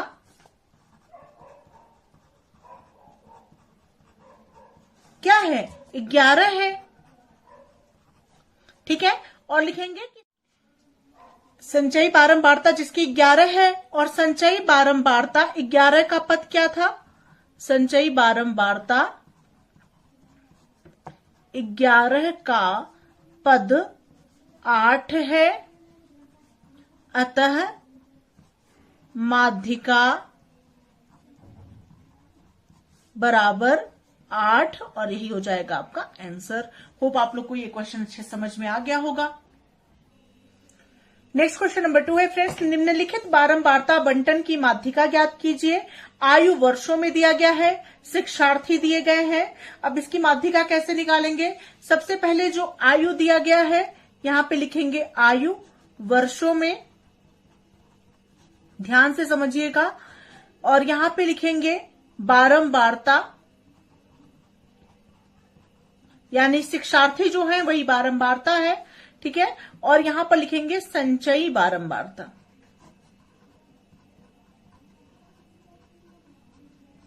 ठीक है। तो सबसे पहले आयु क्या दिया गया है, 12, 13, 14, 15, 16, 17, 18 तक दिया गया है। 12, 13, 14, 15, 16, 17 और 18 तक आयु दिया गया है। बारंबारता क्या क्या दी गई है वो नोट कर लीजिए। यहां पे बारंबारता देखिए 4, 5, 4, 6, 5, 4 और 2 दिया गया है, ठीक है। ये बारंबारता दी गई है। अब संचयी बारंबारता क्या हो जाएगा, संचयी बारंबारता 4 को ऐसे ही लिखे रहेंगे और 4 में ये 5 जोड़ देंगे तो ये हो जाएगा 9, 9 में ये 4 जोड़ देंगे हो जाएगा आपका 13, 13 में 6 जोड़ देंगे हो जाएगा आपका 19, 19 में 5 जोड़ देंगे हो जाएगा आपका 24, 24 में 4 जोड़ देंगे हो जाएगा आपका 28, 28 में 2 जोड़ देंगे हो जाएगा आपका 30, ठीक है। इस तरह से ये हो गया। अब यहां पे क्या करेंगे फ्रेंड्स, योग लिखेंगे n बराबर 30 और जो कि क्या है, सम संख्या है, ठीक है। अब सम संख्या होने की कंडीशन में माध्यिका का फॉर्मूला मैंने आप लोगों को बताया था पहले पार्ट में ही कि माध्यिका बराबर हो जाएगा n/2 वे पद का मान प्लस n/2 + 1 वे पद का मान और सबके अपॉन हो जाएगा आपका 2, ठीक है। ये आपका फॉर्मूला हो गया। n/2 वे पद का मान, n यहां पे 30 आया है तो 30/2 वे पद का मान, ठीक है। और प्लस 30/2 + 1 वे पद का मान, ठीक है। और सबके बटे हो जाएगा आपका 2, ठीक है। तो फ्रेंड्स 30/2 वे पद का मान प्लस 30/2 + 1 वे पद का मान और सबके बटे 2 हो गया तो ये हो जाएगा 15वें पद का मान। 15वें मतलब 2 से 30 डिवाइड होगा तो ये हो जाएगा 15वें पद का मान और ये 2 से 30 डिवाइड हो जाएगा 15 आ जाएगा और 15 + 1 = 16वें पद का मान, ठीक है। तो 15वें पद का मान प्लस 16वें पद का मान और सबके बटे हो जाएगा 2, ठीक है। तो 15वां पद कहां है ये आप देखेंगे फ्रेंड्स, यहां पर आप लोग देख सकते हैं 15वां पद जो है वो 13 से भी नजदीक है 15, 13 से नजदीक है 15 और 19 से भी नजदीक है 15। लेकिन इन दोनों में से बड़ी संख्या कौन सी है, इन दोनों में से बड़ी संख्या 19 है और 19 के अंतर्गत जो है 15 भी आ रहा है और 16 भी आ रहा है। मतलब 15वां पद और 16वां पद दोनों ही नियरेस्ट है 19 के, तो 19 के नियरेस्ट है और इसके सामने का पद क्या है, ये बारंबारता है, संचयी बारंबारता 19 में ही 15वां और 16वां पद है और इसका पद जो है वो क्या है, 19 का पद क्या है, 15 है, ठीक है। तो 19 के पद का मान क्या होगा, 15 होगा। तो यहां पे क्या हो जाएगा फ्रेंड्स, तो फ्रेंड्स 19 के पद का मान 15 है तो 15वें पद का मान भी 15 आएगा और 16वें पद का मान भी 15 आएगा। इसको देखिए कैसे लिखेंगे फ्रेंड्स, मैंने आप लोगों को बताया कि 15वें पद का मान 19 संचयी बारंबारता में 15वें पद का मान भी आएगा और 16वें पद का मान भी आएगा और 19 के सामने का पद क्या है, 19 के सामने का पद है 15 तो इसका भी मान 15 हो जाएगा, इसका मान भी 15 हो जाएगा और बटे 2 हो जाएगा। तो बराबर 30/2 और बराबर हो जाएगा 15, तो बराबर 15 हो जाएगा आपका आंसर। इस तरह से ये प्रश्न आप सॉल्व करेंगे। बढ़ते हैं अगले प्रश्न की तरफ। फ्रेंड्स, आप लोगों ने माध्यिका के हर प्रकार के प्रश्नों को देख लिया। अब बात करते हैं बहुलक की। बहुलक क्या होता है, तो दी गई संख्याओं में ऐसी संख्या जो कई बार आती है तो वह संख्या दी गई संख्याओं का बहुलक कहलाती है। मतलब संख्याएं अगर आपको दी गई हैं और जो संख्या अधिकतम बार आती है वही बहुलक कहलाती है। तो फ्रेंड्स इसको क्वेश्चन से समझ लीजिए। जैसे ये क्वेश्चन नंबर आपका 5 है फ्रेंड्स, ये चौथा क्वेश्चन बहुलक का था। 5वां क्वेश्चन है 12, 12, 13, 12, 10 का बहुलक ज्ञात कीजिए। तो यहाँ पे 12 अधिकतम बार आया है, 12 की संख्या अधिकतम है, अतः बहुलक बराबर 12 और यही हो जाएगा आपका आंसर। बढ़ते हैं अगले प्रश्न की तरफ। नेक्स्ट फ्रेंड्स, बहुलक निकालने का एक फॉर्मूला होता है। बहुलक बराबर 3 गुणे मीडियन माइनस 2 गुणे मीन होता है, या आप हिंदी में लिख सकते हैं बहुलक बराबर 3 गुणे माध्यिका माइनस 2 गुणे माध्य। तो फ्रेंड्स इस फॉर्मूले से कैसे क्वेश्चन को सॉल्व करते हैं, क्वेश्चन नंबर 6 देख लीजिए। यदि माध्य बराबर 5 है और माध्यिका बराबर 7 है तो बहुलक ज्ञात कीजिए। तो फ्रेंड्स बहुलक का फॉर्मूला मैंने आप लोग को बताया है। बहुलक बराबर होता है 3 गुणे मीडियन माइनस 2 गुणे मीन। ठीक है, एक्स बार, मीन को एक्स बार से दिखाते हैं, मीडियन को एम से दिखाते हैं। ठीक है, या 3 गुणे माध्यिका माइनस 2 गुणे माध्य। तो यहाँ पे माध्यिका आपको दिया गया 7 है, माध्य बराबर 5 है, तो 3 गुणे माध्यिका बराबर 7 माइनस 2 गुणे माध्य बराबर 5। तो यहाँ पे हो जाएगा फ्रेंड्स 7 21 और माइनस 5 दूना 10 और 21 में से 10 गया तो क्या हो जाएगा फ्रेंड्स आपका 21 में से 10 गया 11 और यही हो जाएगा आपका बहुलक और यही हो जाएगा आपका आंसर। इसके अंतर्गत हम लोग बात करने वाले हैं सबसे पहले माध्यिका ज्ञात करने के बारे में। माध्यिका ज्ञात करने से पहले फॉर्मूला लर्न होना बेहद जरूरी है। जब तक आप लोग को फॉर्मूला याद नहीं होगा आप लोग क्वेश्चन कैसे करेंगे। तो सबसे पहले आप लोग देख लीजिए इसके अंतर्गत फॉर्मूले कौन कौन से आते हैं। सबसे पहला फॉर्मूला आपका है जब आंकड़े अवर्गीकृत तथा विषम संख्या में हो तो माध्यिका निकालने का फॉर्मूला क्या होता है। जब आंकड़े अवर्गीकृत तथा विषम संख्या में होता है तब माध्यिका निकालने का फॉर्मूला होता है n+1/2वां पद। ठीक है, ये बिल्कुल याद कर लीजिए n+1/2वां पद। ठीक है, और नेक्स्ट आपका फॉर्मूला आता है फ्रेंड्स जब आंकड़े अवर्गीकृत तथा सम संख्या में हो तब माध्यिका निकालने का फॉर्मूला आपका बनता है n/2 वे पद का मान प्लस n/2 + 1 वे पद का मान और सबके अपॉन 2। तो ये दो फॉर्मूले जो है इसको बिल्कुल नोट करते चलिए। और अब क्वेश्चंस की हम बात करते हैं। ये फॉर्मूला माध्यिका निकालने के लिए बहुत ज्यादा इंपॉर्टेंट है।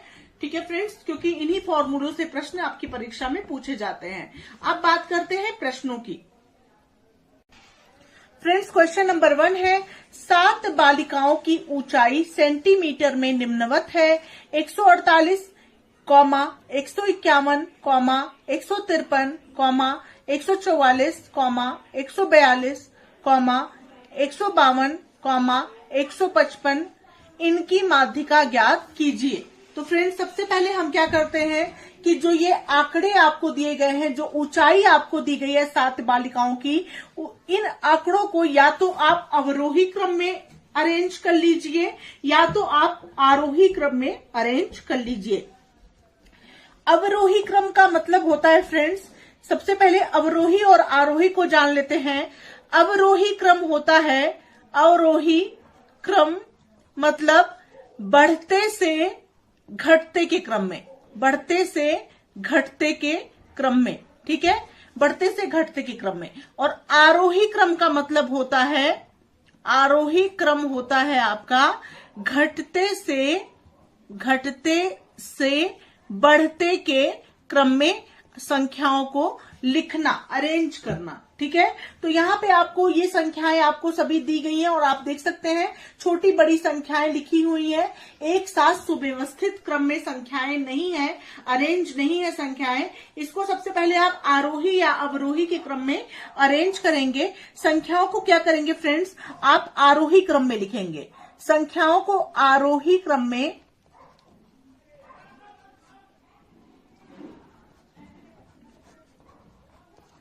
लिखने पर, ठीक है, आरोही क्रम में लिखने पर आरोही क्रम में जब आप लिखेंगे तो इन संख्याओं में से सबसे छोटी संख्या आप सबसे पहले लिखेंगे। तो सबसे छोटी संख्या यहाँ पे क्या हो जाएगी फ्रेंड्स, आप लोग देख सकते हैं यहाँ पे सबसे छोटी संख्या है 142, तो 142 यानी 142 आप सबसे पहले लिखेंगे। इससे बड़ी संख्या आपकी कौन सी है, 144 है, तो 144 इसके बाद आप लिख लेंगे। 144 से बड़ी क्या है यहाँ पे आप देख लेंगे, 148 है, अब आप 148 लिखेंगे। 148 से बड़ा क्या है यहाँ पे, 151 है, आप 151 लिखेंगे। 151 से बड़ा है 152, 152 लिखेंगे। 152 से बड़ा क्या है, 153 है, 153 लिख लेंगे। और 153 से सबसे बड़ा है यहाँ पे 155, 155 आप लिख लेंगे। इसको आप सबसे पहले जोड़ लेंगे, सभी संख्या को काउंट कर लेंगे कि ये 7 नंबर्स हैं या नहीं है, कि कोई छूट रहा है। 1 2 3 4 5 6 7 नंबर है, कुछ छूटा नहीं है। अब n इज इक्वल टू कितनी संख्या है, 7 है, तो 7 क्या होती है, विषम संख्या होती है। अब विषम संख्या किसे कहते हैं, विषम संख्या वो संख्या होती है जो 2 से डिविजिबल नहीं होती है, यानी 2 से भाग देने पर पूरी तरह से डिवाइड नहीं होती है, उसे विषम संख्या कहते हैं। और सम संख्या मतलब जो संख्या 2 से पूरी तरह से कट जाए यानी डिविजिबल हो, उसे सम संख्या कहते हैं। तो n इज इक्वल टू 7 क्या है, विषम संख्या है, ठीक है। n इज इक्वल टू 7 आपका जो है विषम संख्या है। अब विषम संख्याओं की माध्यिका निकालने का फॉर्मूला क्या हो जाएगा, माध्यिका बराबर हो जाएगा n+1/2 वे पद का मान, ठीक है। अब यहां पे n की जगह क्या हो गया, 7+1/2 वे पद का मान, ठीक है।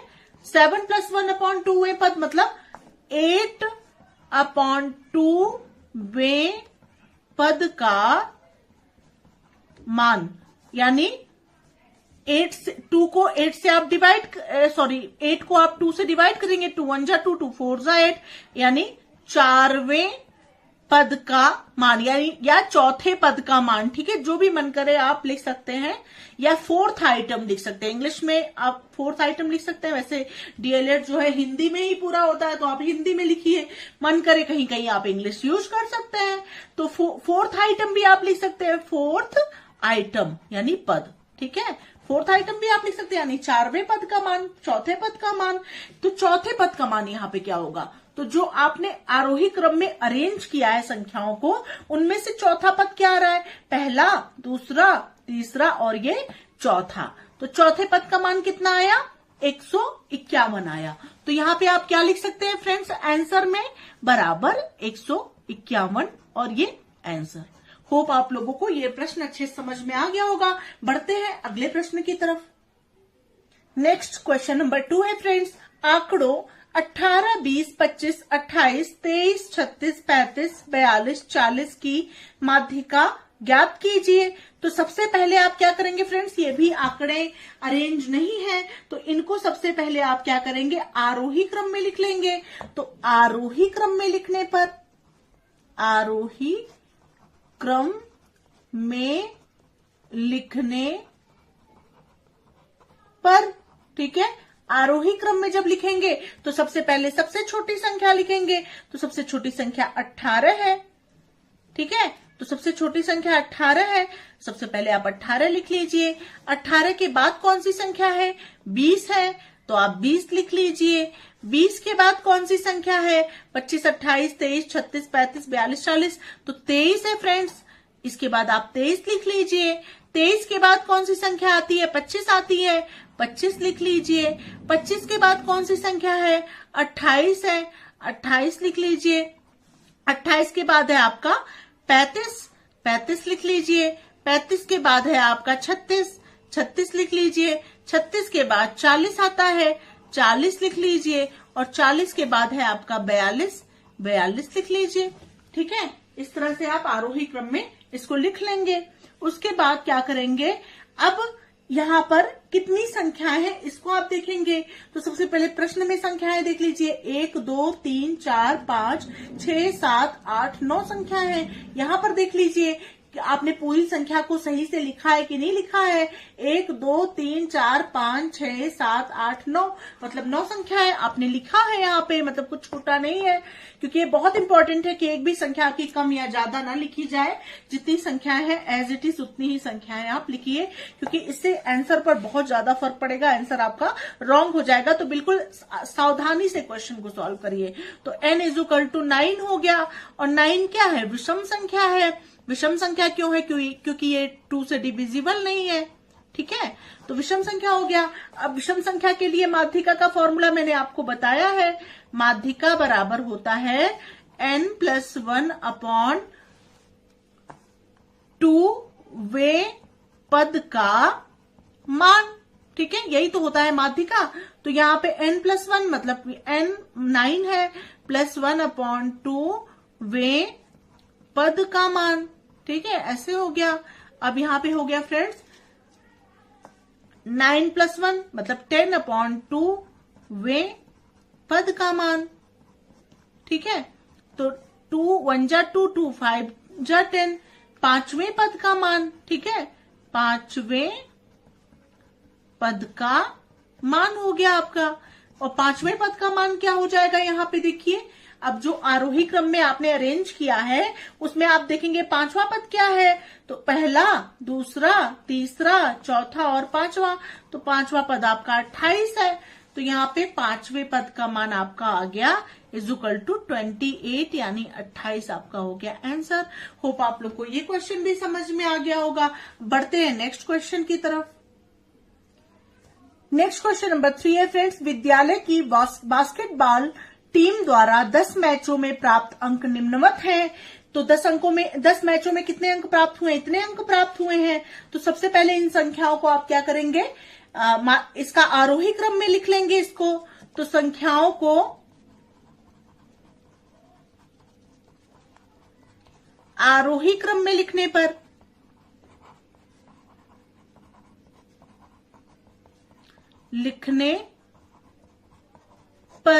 ठीक है, आरोही क्रम में जब लिखेंगे तो क्या करेंगे, सबसे पहले सबसे छोटी संख्या। तो आप इसमें अब देखिए सबसे छोटी संख्या आपकी कौन सी है, तो सबसे छोटी संख्या आपकी है 8 है, ठीक है। तो सबसे पहले 8 लिख लीजिए। 8 के बाद आपकी 9 आ रही है, 9 लिख लीजिए। 9 के बाद 10 है, एक 10 है और ये दूसरा 10 है, तो 2 बार 10 लिख लीजिए। जो संख्या जितनी बार है उतनी बार आपको लिखना है, ठीक है। 10 के बाद आपका क्या है, 11 है। 11 सिर्फ एक ही बार है, 11 लिख लीजिए। 11 के बाद आपका 12 है, 12 लिख लीजिए। 12 के बाद है आपका 13, 13 लिख लीजिए। 13 के बाद आपका क्या आ रहा है, यहाँ पे 20 है, सॉरी 19 है। 13 के बाद 19 है, फिर 20 है, फिर 22 है। तो 19 लिखिए, फिर 20 लिखिए और फिर 22 लिखिए, ठीक है। अब इसका क्या करना है आपको, आरोही क्रम में ये आपने लिख लिया। अब यहाँ पे संख्याएं कितनी है, 10 मैच है, तो 1 2 3 4 5 6 7 8 9 10 संख्या आपने लिख दी। n = है 10, जो कि क्या है, सम संख्या है, ठीक है। n = 10 क्या है, सम संख्या है। अब सम संख्या के लिए माध्यिका का फॉर्मूला मैंने आपको बताया है स्टार्टिंग में ही, कि माध्यिका बराबर होता है n/2 वां पद, ठीक है, वां पद, ठीक है, और प्लस n/2 + 1 वां पद, और सबके अपॉन हो जाएगा 2, ठीक है, ध्यान दीजिएगा। तो n/2 वां पद, तो यहाँ पे 10/2 वां पद, ठीक है, और प्लस 10/2 + 1 वां पद, ठीक है। इस तरह से हो गया और इस तरह से हो गया, और सबके अपॉन हो गया आपका 2, ठीक है। इस तरह से ये थोड़ा ऊपर हो गया, ठीक है, सॉरी नीचे से करिएगा, है ना। अब 10वां पद 10/2वां पद मतलब 2 × 2 2 2 पंचे 10 5वां पद, और 2 × 2 2 पंचे 10 5 धन 1 बराबर 6वां पद।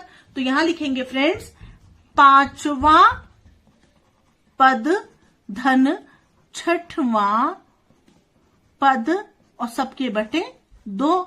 तो 5वां पद यहाँ पे क्या आ गया फ्रेंड्स, यहाँ पे 5वां पद क्या आ गया, 1 2 3 4 5, पांचवा पद है 11 और छठवां पद है 12, तो 11 धन 12 बटे 2, तो यहां पे हो जाएगा आपका 11 धन 12 बटे 2 बराबर 23 बटे 2, 2 एकन्नम 2, 2 एकन्नम 2, 2 पंचे 10 बराबर 11.5 यानी 11.5 आपका हो गया आंसर। इस प्रकार से इस प्रश्न को आप सॉल्व करेंगे। होप आप लोग को ये सम संख्याओं वाला भी प्रश्न अच्छे से समझ में आ गया होगा।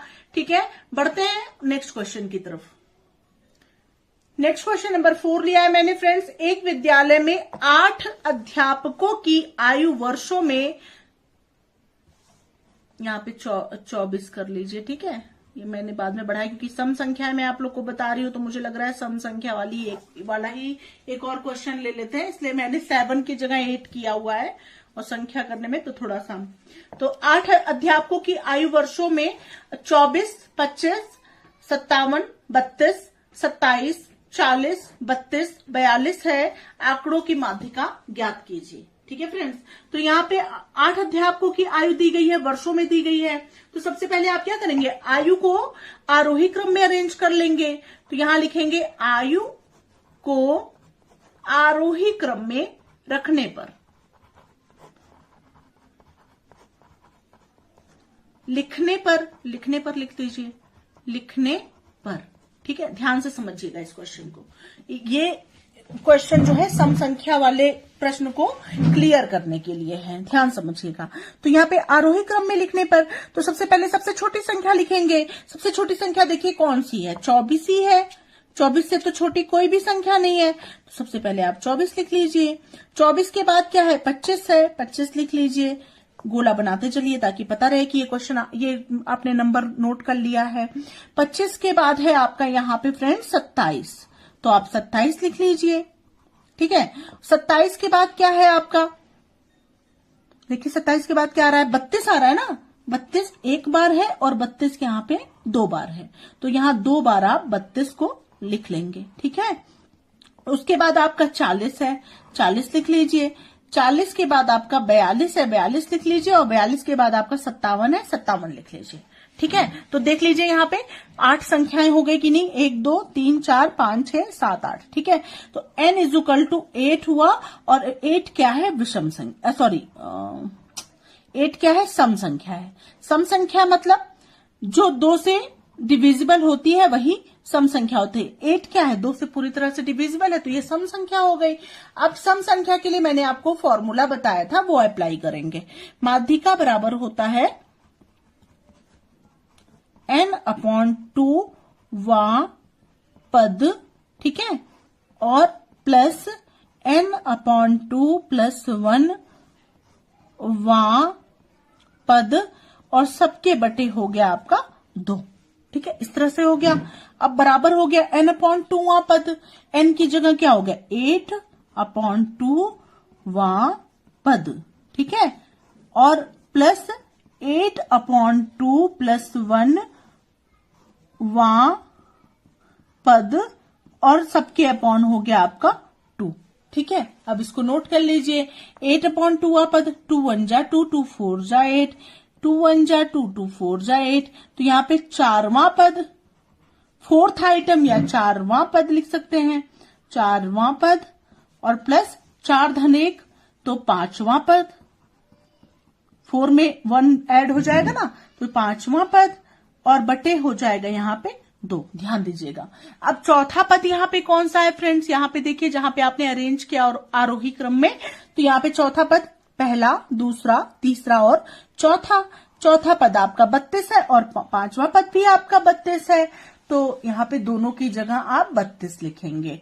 तो यहाँ पे 32 और प्लस 32 और अपॉन 2। ठीक है, अब 32 को आप जोड़ देंगे तो आपका आ जाएगा 64/2, और 2 एकन्नम 2, 2 3 6, 2 दूना 4 बराबर 32 ईयर जो होगी वो माध्यिका हो जाएगी, माध्यिका।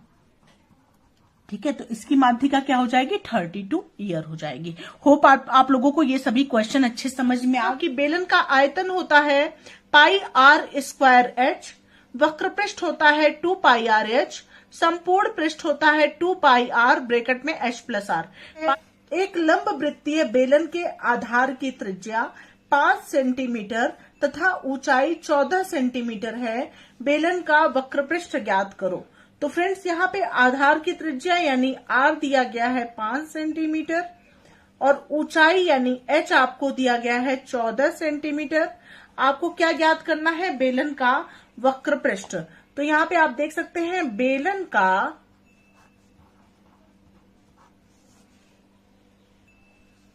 वक्र पृष्ठ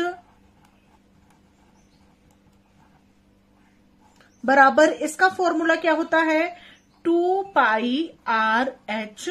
ठीक है, तो ये हो जाएगा आपका 2 गुणे 22/7 गुणे आर बराबर 5 और गुणे एच बराबर 14 हो जाएगा आपका।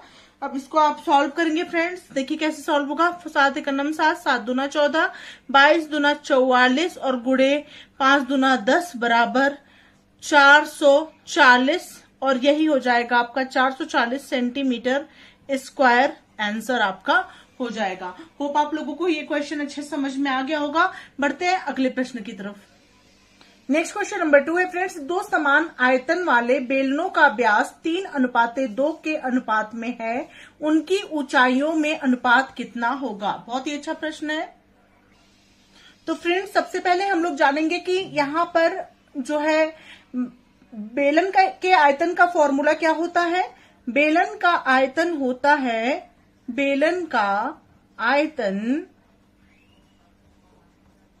बराबर होता है पाई आर स्क्वायर एच और एच यहाँ पे ऊंचाई है और आर यहाँ पे त्रिज्या है, तो व्यास बराबर हो जाएगा फ्रेंड्स। ठीक है, व्यास बराबर हो जाएगा 2 × आर। ठीक है, त्रिज्या का 2 गुना होता है व्यास। ठीक है, तो यहाँ पे आप क्या कर सकते हैं फ्रेंड्स? ठीक है, तो यहाँ पे क्या हो जाएगा? यहाँ पे हो जाएगा 2 पाई आर स्क्वायर एच, मतलब यहाँ पे आयतन दोनों का यहाँ पे 2r का स्क्वायर हो जाएगा, है ना। 2r का स्क्वायर हो जाएगा। तो यहाँ पे पहला क्या हो जाएगा? अनुपात आपको दिया गया है 3:2 है और आपको ऊंचाइयों का अनुपात ज्ञात करना है। ऊंचाइयां क्रमशः h1 तथा h2 है ना। ऊंचाइयां क्रमशः क्या है? h1 तथा h2 है। तो फ्रेंड्स यहाँ पे क्या हो जाएगा?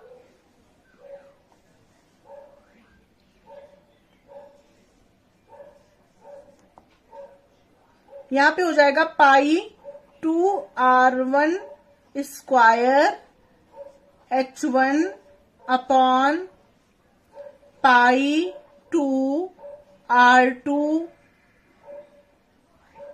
स्क्वायर h2 बराबर 1। ठीक है, 1 के बराबर मान लेते हैं इसको, है। ठीक है, अब यहाँ पे क्या हो जाएगा? पाई से पाई की वैल्यू कट गई, 2 से 2 की वैल्यू कट गई, r1 square r1 upon r2 मतलब ये 3:2 के अनुपात में है, तो 3/2। ठीक है, और यहाँ पे का होल स्क्वायर h1/h2। ठीक है, बराबर 1। ठीक है, यहाँ पे क्या हो जाएगा? 3 का स्क्वायर मतलब 9/4 h1/h2। ठीक है, ये हो जाएगा।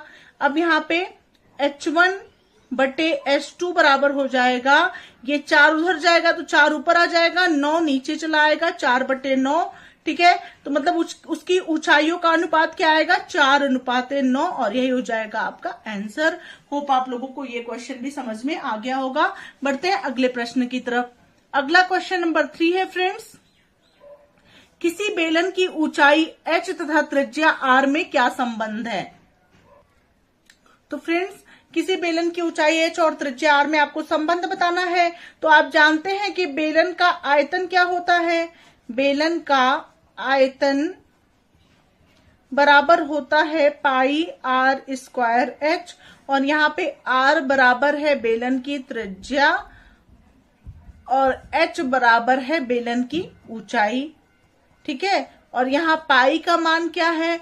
पाई बराबर 22/7 है, यही आप आंसर लिख देंगे। मतलब किसी बेलन की ऊंचाई h और त्रिज्या r में जो संबंध है वो है पाई आर स्क्वायर एच। यहाँ पे r त्रिज्या है, h ऊंचाई है और पाई का मान है 22/7।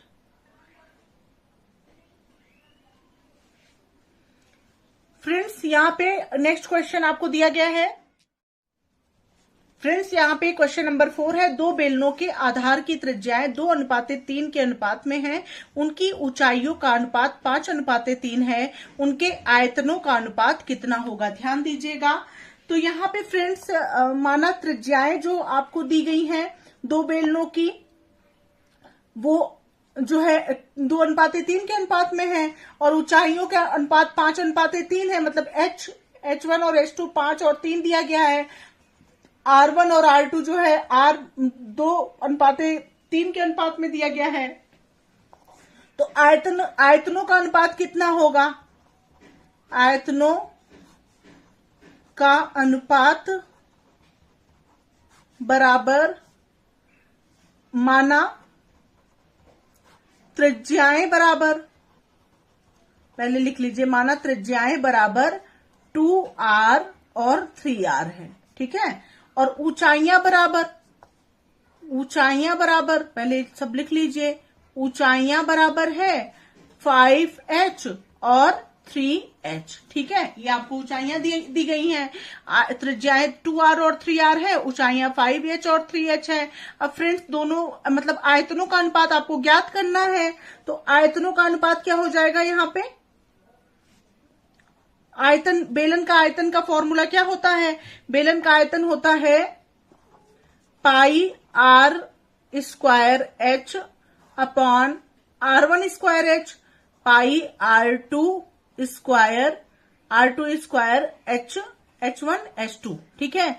तो पाई R1 स्क्वायर H1, तो यहाँ पे पाई लिखेंगे। R1 स्क्वायर, R1 बराबर 2R है, तो 2R का स्क्वायर और इंटू H1 आपका कितना है? H1 5H है, 5H upon pi R2 square, R2 मतलब क्या है? 3R है, तो 3R का स्क्वायर और इंटू H2 कितना है? H2 3H है, 3H, ठीक है। इस तरह से हो गया। अब ये कैंसिल हो गया, ठीक है। अब यहाँ पे क्या हो जाएगा? R से R कैंसिल हो गया, H से H कैंसिल हो गया। यहाँ पे क्या आया? 2 का स्क्वायर आया 4 और इंटू 5 अपॉन 3 का स्क्वायर 9 इंटू 3। तो यहाँ पे 5 चौक के 20 बटे 9 त्रिक 27 और यही आपका हो गया आंसर। इस प्रकार से ये प्रश्न आप सॉल्व करेंगे। होप आप लोगों को ये क्वेश्चन अच्छे समझ में आ गया होगा। नेक्स्ट क्वेश्चन नंबर 5 है फ्रेंड्स, बहुत ही ध्यान से समझिएगा, बहुत ही इंपॉर्टेंट प्रश्न है। एक खोखली बेलनाकार नली जो लोहे की बनी है 20 सेंटीमीटर लंबी है, मतलब ऊंचाई कितनी दी गई है? 20 सेंटीमीटर दी गई है, ठीक है। इसके बाहरी और आंतरिक व्यास कम से 8 सेंटीमीटर और 6 सेंटीमीटर है। मतलब व्यास बराबर दिया गया है, पहला व्यास आपको दिया गया है, व्यास D1 बराबर दिया गया है 8 सेंटीमीटर है। तो R1 कितना हो जाएगा? D1/2, व्यास का आधा होता है त्रिज्या, तो R1 बराबर हो जाएगा 8/2, R1 की वैल्यू हो जाएगी 4, ठीक है, 4 सेंटीमीटर हो गया। और दूसरा व्यास कितना हो जाएगा? दूसरा व्यास D2 बराबर 6 सेंटीमीटर, यहां लिखेंगे D2 बराबर 6 सेंटीमीटर और R2 बराबर हो जाएगा D2/2, ठीक है। तो यहाँ पे R2 बराबर हो जाएगा 6/2 बराबर 3 सेंटीमीटर, ठीक है फ्रेंड्स। तो R1 और R2 की वैल्यू आपको पता चल गई। R1 बराबर 4 सेंटीमीटर और R2 बराबर 3 सेंटीमीटर हो गया, ठीक है। अब यहाँ पे क्या दिया गया है? ठीक है, इतना तो आपको पता चल गया। इस नली के बनाने में प्रयुक्त लोहे का आयतन कितना है? अब फ्रेंड्स लोहे का आयतन कितना हो जाएगा? लोहे का आयतन बराबर, ठीक है, क्या हो जाएगा?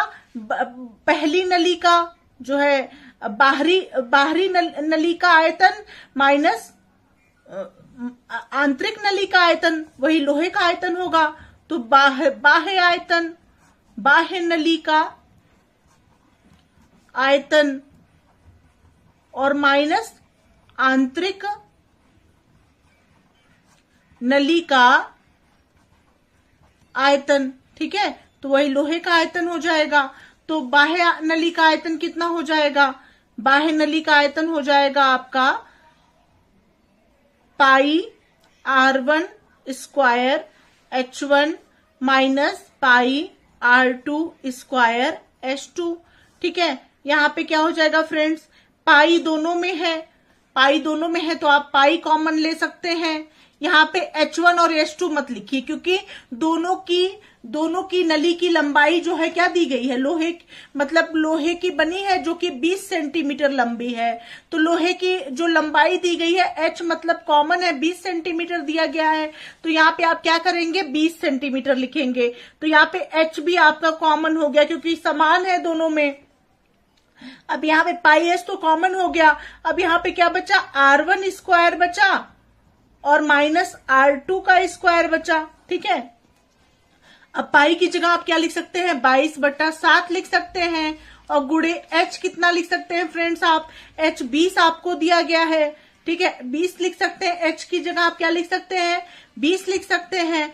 और यहाँ पे R1 स्क्वायर, R1 मतलब 4 का स्क्वायर और माइनस R2 स्क्वायर, R2 मतलब 3 का स्क्वायर। तो यहाँ पे हो जाएगा फ्रेंड्स आपका 22/7 गुणे 20 और यहाँ पे हो जाएगा 16 माइनस 9, ठीक है। 16 में से 9 गया तो क्या हो जाएगा, यहाँ पे 22/7 गुणे 20 और गुणे 16 में से 9 गया 7 16, ठीक है।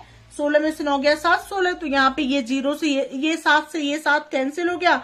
22 का 20 में जब आप गुणा करेंगे तो यह जाएगा 440 सेंटीमीटर स्क्वायर, यही हो जाएगा आपका आंसर। होप आप लोगों को ये क्वेश्चन अच्छे समझ में आ गया होगा।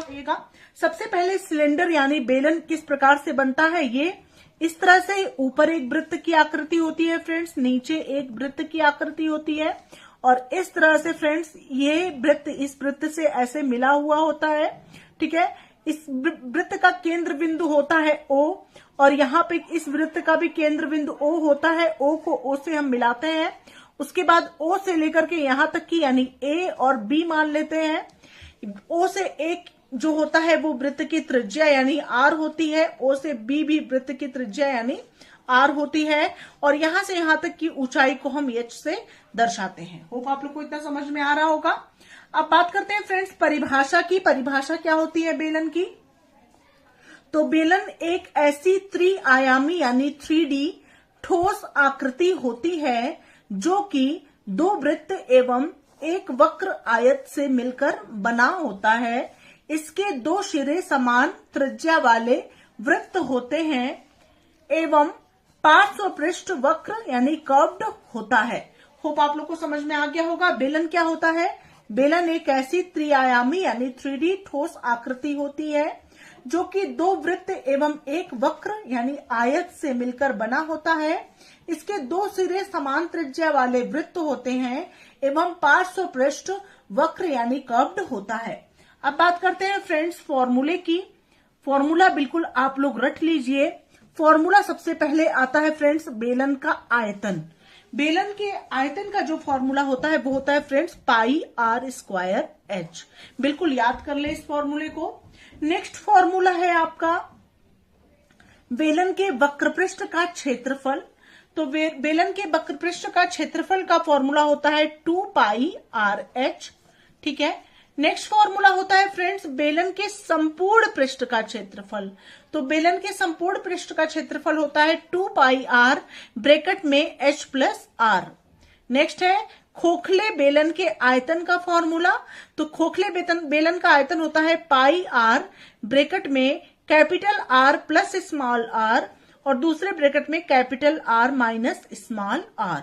होप आप लोगों को ये सभी फॉर्मूले अच्छे से समझ में आ गए होंगे, ठीक है फ्रेंड्स। इन्हें आप जरूर 1 से 2 बार अगर लिख करके याद करेंगे तो फॉर्मूले निश्चित रूप से आपको याद हो जाएंगे। कभी कभी 1 नंबर के प्रश्न में कोई फॉर्मूला भी पूछ लिया जाता है, जैसे कि बेलन के संपूर्ण पृष्ठ के क्षेत्रफल का फॉर्मूला बताइए, तो आपको फॉर्मूला लिखने के लिए भी आ सकता है। और साथ ही साथ जितने भी क्वेश्चन आप सॉल्व करेंगे वो सभी फॉर्मूले से रिलेटेड होते हैं। फॉर्मूला अगर आपको लर्न नहीं रहेगा तो आप क्वेश्चन भी ढंग से सॉल्व नहीं कर पाएंगे। कहाँ वैल्यू को पुट करेंगे, कैसे क्वेश्चन को सॉल्व करेंगे, इसलिए फॉर्मूला लर्न होना बेहद जरूरी है। अब चलिए फ्रेंड्स बात करते हैं प्रश्नों की। बेलन के अंतर्गत जो पहला क्वेश्चन है वो है, एक बेलन की ऊंचाई 14 सेंटीमीटर तथा त्रिज्या 7 सेंटीमीटर है। इस बेलन का वक्र पृष्ठ तथा संपूर्ण पृष्ठ ज्ञात कीजिए। देखिए इस प्रश्न को कैसे सॉल्व करते हैं। यहाँ पे आपको दो चीजें दी गई हैं। एक बेलन की ऊंचाई यानी h आपको दिया गया है 14 सेंटीमीटर और दूसरी दी गई है बेलन की त्रिज्या r बराबर 3.5। ठीक है, सॉरी 3.5 नहीं, r बराबर दिया गया है 7 सेंटीमीटर। ठीक है, ठीक है, तो ये आपको दिया गया है। बेलन की ऊंचाई h बराबर दिया गया है 14 सेंटीमीटर और त्रिज्या r बराबर दिया गया है 7 सेंटीमीटर। तो फ्रेंड्स इसको देखिए कैसे सॉल्व करेंगे। तो यहाँ पे फ्रेंड्स सबसे पहले पूछा गया है बेलन का वक्र पृष्ठ बताइए तथा संपूर्ण पृष्ठ ज्ञात कीजिए। तो बेलन का वक्र पृष्ठ और आपको संपूर्ण पृष्ठ ज्ञात करना है। तो बेलन का वक्र पृष्ठ क्या हो जाएगा फ्रेंड्स, यहाँ पे बेलन का वक्र पृष्ठ बराबर, मैंने आपको अभी फॉर्मूला बताया है, 2 पाई आर एच होता है। ठीक है, बेलन का वक्र पृष्ठ होता है 2 पाई आर एच। तो ये हो जाएगा फ्रेंड्स 2 गुणे 22/7। फ्रेंड्स यहाँ पे हो जाएगा 2 गुणे 22/7 और गुणे आर कितना है 7 सेंटीमीटर। 7 गुणे एच कितना है आपका, एच है आपका यहाँ पे 14 सेंटीमीटर। ठीक है, इस तरह से आपका हो गया। अब यहाँ पे हो जाएगा 7 से 7 कट गया और ये 22 दूना 44 और गुणे 14। इसका जब आप गुणा करेंगे 44 से 14 को तो ये आपका आ जाएगा 616 वर्ग सेंटीमीटर या सेंटीमीटर स्क्वायर। ठीक है, होप आप लोग को समझ में आ रहा होगा। अब दूसरा आपको ज्ञात करना है बेलन का संपूर्ण पृष्ठ। तो फ्रेंड्स मैंने अभी आप लोगों को फॉर्मूला बताया। बेलन के संपूर्ण पृष्ठ का फॉर्मूला होता है 2 pi R in bracket h plus R. ठीक है, यहां वैल्यू पुट कर दीजिए। 2 गुणे 22/7 गुणे आर है 7 और यहाँ पे h प्लस आर, h आपको कितना दिया गया है 14 दिया गया है और r आपको 7 दिया गया है। ठीक है, इस तरह से फॉर्मूला में वैल्यू पुट कर दिए। 7 से 7 कैंसिल हो गया। अब ये आपका हो गया फ्रेंड्स यहाँ पे 22 दूना 44 और गुणे 14 7 हो गया आपका 21 और 44 और 21 का जब आप गुणा करेंगे तो ये आपका आ जाएगा 924 सेंटीमीटर स्क्वायर। यही हो गया आपका आंसर। होप आप लोग को ये क्वेश्चन अच्छे समझ में आ गया होगा। बढ़ते हैं अगले प्रश्न की तरफ। नेक्स्ट क्वेश्चन नंबर 2 है फ्रेंड्स, एक बेलन के आधार का व्यास 28 सेंटीमीटर तथा ऊंचाई 18 सेंटीमीटर है। इस बेलन का आयतन तथा संपूर्ण पृष्ठ ज्ञात कीजिए। फ्रेंड्स बेलन किस तरह से बनता है, ऐसे, फिर नीचे ऐसे, ठीक है, फिर ऐसे बनता है। ठीक है, ये त्रिज्या होती है, ये भी त्रिज्या होती है। ठीक है, यहां से लेकर यहां तक बेलन की ऊंचाई होती है। ये यहां से यहां तक ये त्रिज्या होती है, यहां से यहां तक ये त्रिज्या होती है। ठीक है, अब यहाँ पे चूंकि व्यास दिया गया है, बेलन का व्यास, ठीक है, आधार का व्यास, मतलब ये आपका आधार है। ये क्या है, बेलन का आधार है। इतने पूरे की लंबाई आपको दी गई है 28 सेंटीमीटर है। ठीक है, मतलब यहां से लेकर के यहां तक की लंबाई 28 सेंटीमीटर आपको दी गई है। ठीक है, होप आप लोग को समझ में आ रहा होगा। यहां से लेकर यहां तक की लंबाई 28 सेंटीमीटर दी गई है। ऊंचाई आपको 18 सेंटीमीटर दी गई, यहां से यहां तक 18 दी गई है। बेलन का आयतन तथा संपूर्ण पृष्ठ आपको ज्ञात करना है। बेलन के आयतन का फॉर्मूला सबसे पहले हम क्या करेंगे, व्यास आपको 28 सेंटीमीटर दिया गया है तो लिख देंगे व्यास बराबर दिया गया है 28 सेंटीमीटर। तो यहाँ पे त्रिज्या बराबर क्या हो जाएगा, एक फॉर्मूला और आप जान जाइए, त्रिज्या हमेशा जो होती है वो व्यास की आधी होती है। ठीक है, व्यास बटे 2 होती है। तो त्रिज्या यानी आर आपका निकल के आ जाएगा 28/2 और बराबर 14 सेंटीमीटर। ये आपकी त्रिज्या आ गई। ठीक है, और यहाँ पे फ्रेंड्स ऊंचाई आपको क्या दिया गया, 18 सेंटीमीटर दिया गया है, तो आप यहाँ पे h बराबर लिखेंगे 18 सेंटीमीटर। अब वैल्यू को पुट कर दीजिए। सबसे पहले आपको बेलन का आयतन निकालना है। आयतन का फॉर्मूला मैंने आप लोगों को बताया है, पाई आर स्क्वायर एच होता है। बिल्कुल रट लीजिए, pi R square H. Pi R square H होता है तो यहाँ पे 22/7 और गुणे आर की वैल्यू कितनी आई है, 14 गुणे 14। चूंकि आर स्क्वायर है तो 14 गुणे 14 और गुणे एच बराबर हो गया 18। 7 दूना 14, 22 दूना 44। ठीक है, 22 दूना 44 गुणे 14 और गुणे 18 को जब आप गुणा करेंगे तो यहां पे आ जाएगा, ये आ जाएगा गुणा करके 11,088 घन सेंटीमीटर। ठीक है फ्रेंड्स, या सेंटीमीटर क्यूब। ठीक है फ्रेंड्स, पहला आंसर आपका ये हो गया। अब आपको क्या ज्ञात करना है, यहाँ पे दूसरा आपको संपूर्ण पृष्ठ ज्ञात करना है। अब यहीं पर देख लीजिए, यहाँ पे मैं आप लोग को बता देती हूँ, नीचे आप वैसे करिएगा लेकिन मैं साइड में बता दे रही हूं ऐसे ही। संपूर्ण पृष्ठ बराबर इसका फॉर्मूला क्या होता है, 2 पाई आर ब्रैकेट में h प्लस आर। ठीक है, 2 पाई आर ब्रैकेट में h प्लस आर, तो 2 गुणे 22/7 और गुणे आर कितना हो गया फ्रेंड्स, यहाँ पे 14 और h प्लस आर आपका हो गया, h बराबर है आपका 18 धन 14 और ब्रैकेट क्लोज। ठीक है, इस तरह से हो गया। अब इसको कर लीजिए सॉल्व। 7 एकन्नम 7, 7 दूना 14, 22 दूना 44 दूना 88 और यहाँ पे हो गया 88 और गुणे 18 और 14 को जब आप जोड़ेंगे तो 8 4 12 के 2 हासिल 1, 1 1 2 1 3 32 आ जाएगा। 88 गुणे 32 का जब आप गुणा करेंगे तो ये कितना आ जाएगा आपका, 88 और 32 का ये आपका आ जाएगा फ्रेंड्स 2816 सेंटीमीटर स्क्वायर।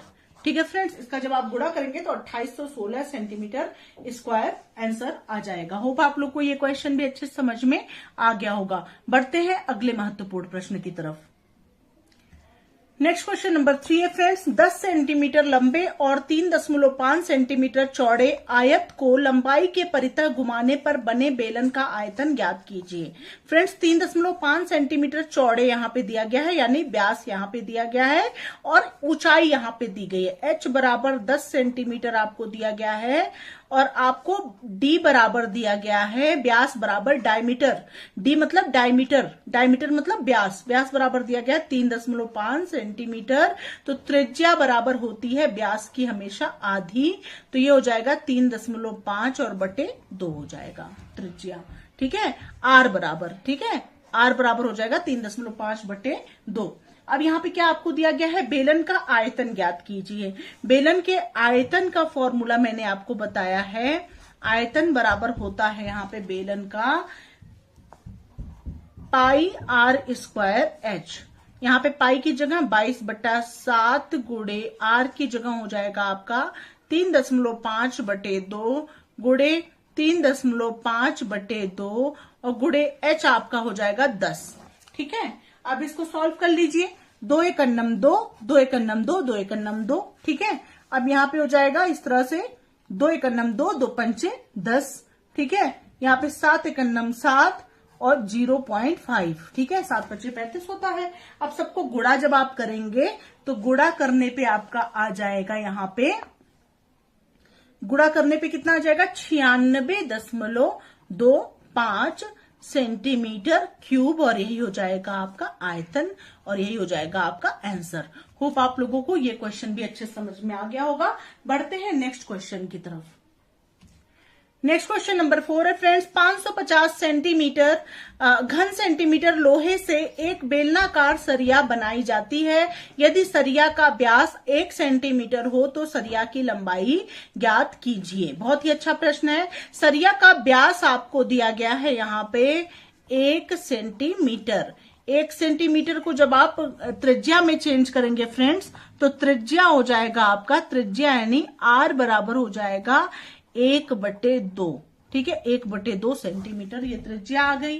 ठीक है, सरिया की त्रिज्या आ गई। अब आपको क्या क्या दिया गया है, सरिया की लंबाई आपको ज्ञात करनी है, यानी h आपको ज्ञात करना है। ठीक है, h आपको ज्ञात करना है। अब क्या हो जाएगा फ्रेंड्स, क्या ज्ञात, यहाँ पे बेलनाकार सरिया बनाई जाती है। ठीक है, यहाँ पे सेंटीमीटर 550 घन सेंटीमीटर यहाँ पे दिया गया है, और यहाँ पे दिया गया है 550 घन सेंटीमीटर लोहे से एक बेलनाकार सरिया बनाई जाती है। तो यहाँ पे फ्रेंड्स लोहे का आयतन कितना दिया गया है, लोहे का आयतन आपको प्रश्न में दिया गया है, लोहे का आयतन बराबर 550 सेंटीमीटर क्यूब या घन सेंटीमीटर आपको दिया गया है। और सरिया बनाई जाती है तो मतलब 550 घन सेंटीमीटर लोहा को जब आप पिघलाते हैं तो उससे एक बेलनाकार सरिया आप बनाते हैं। तो यानी कि 550 घन सेंटीमीटर जो लोहे का आयतन होगा वही आयतन होगा बेलनाकार सरिये का। ठीक है, तो यहाँ पे आप लिखेंगे प्रश्नानुसार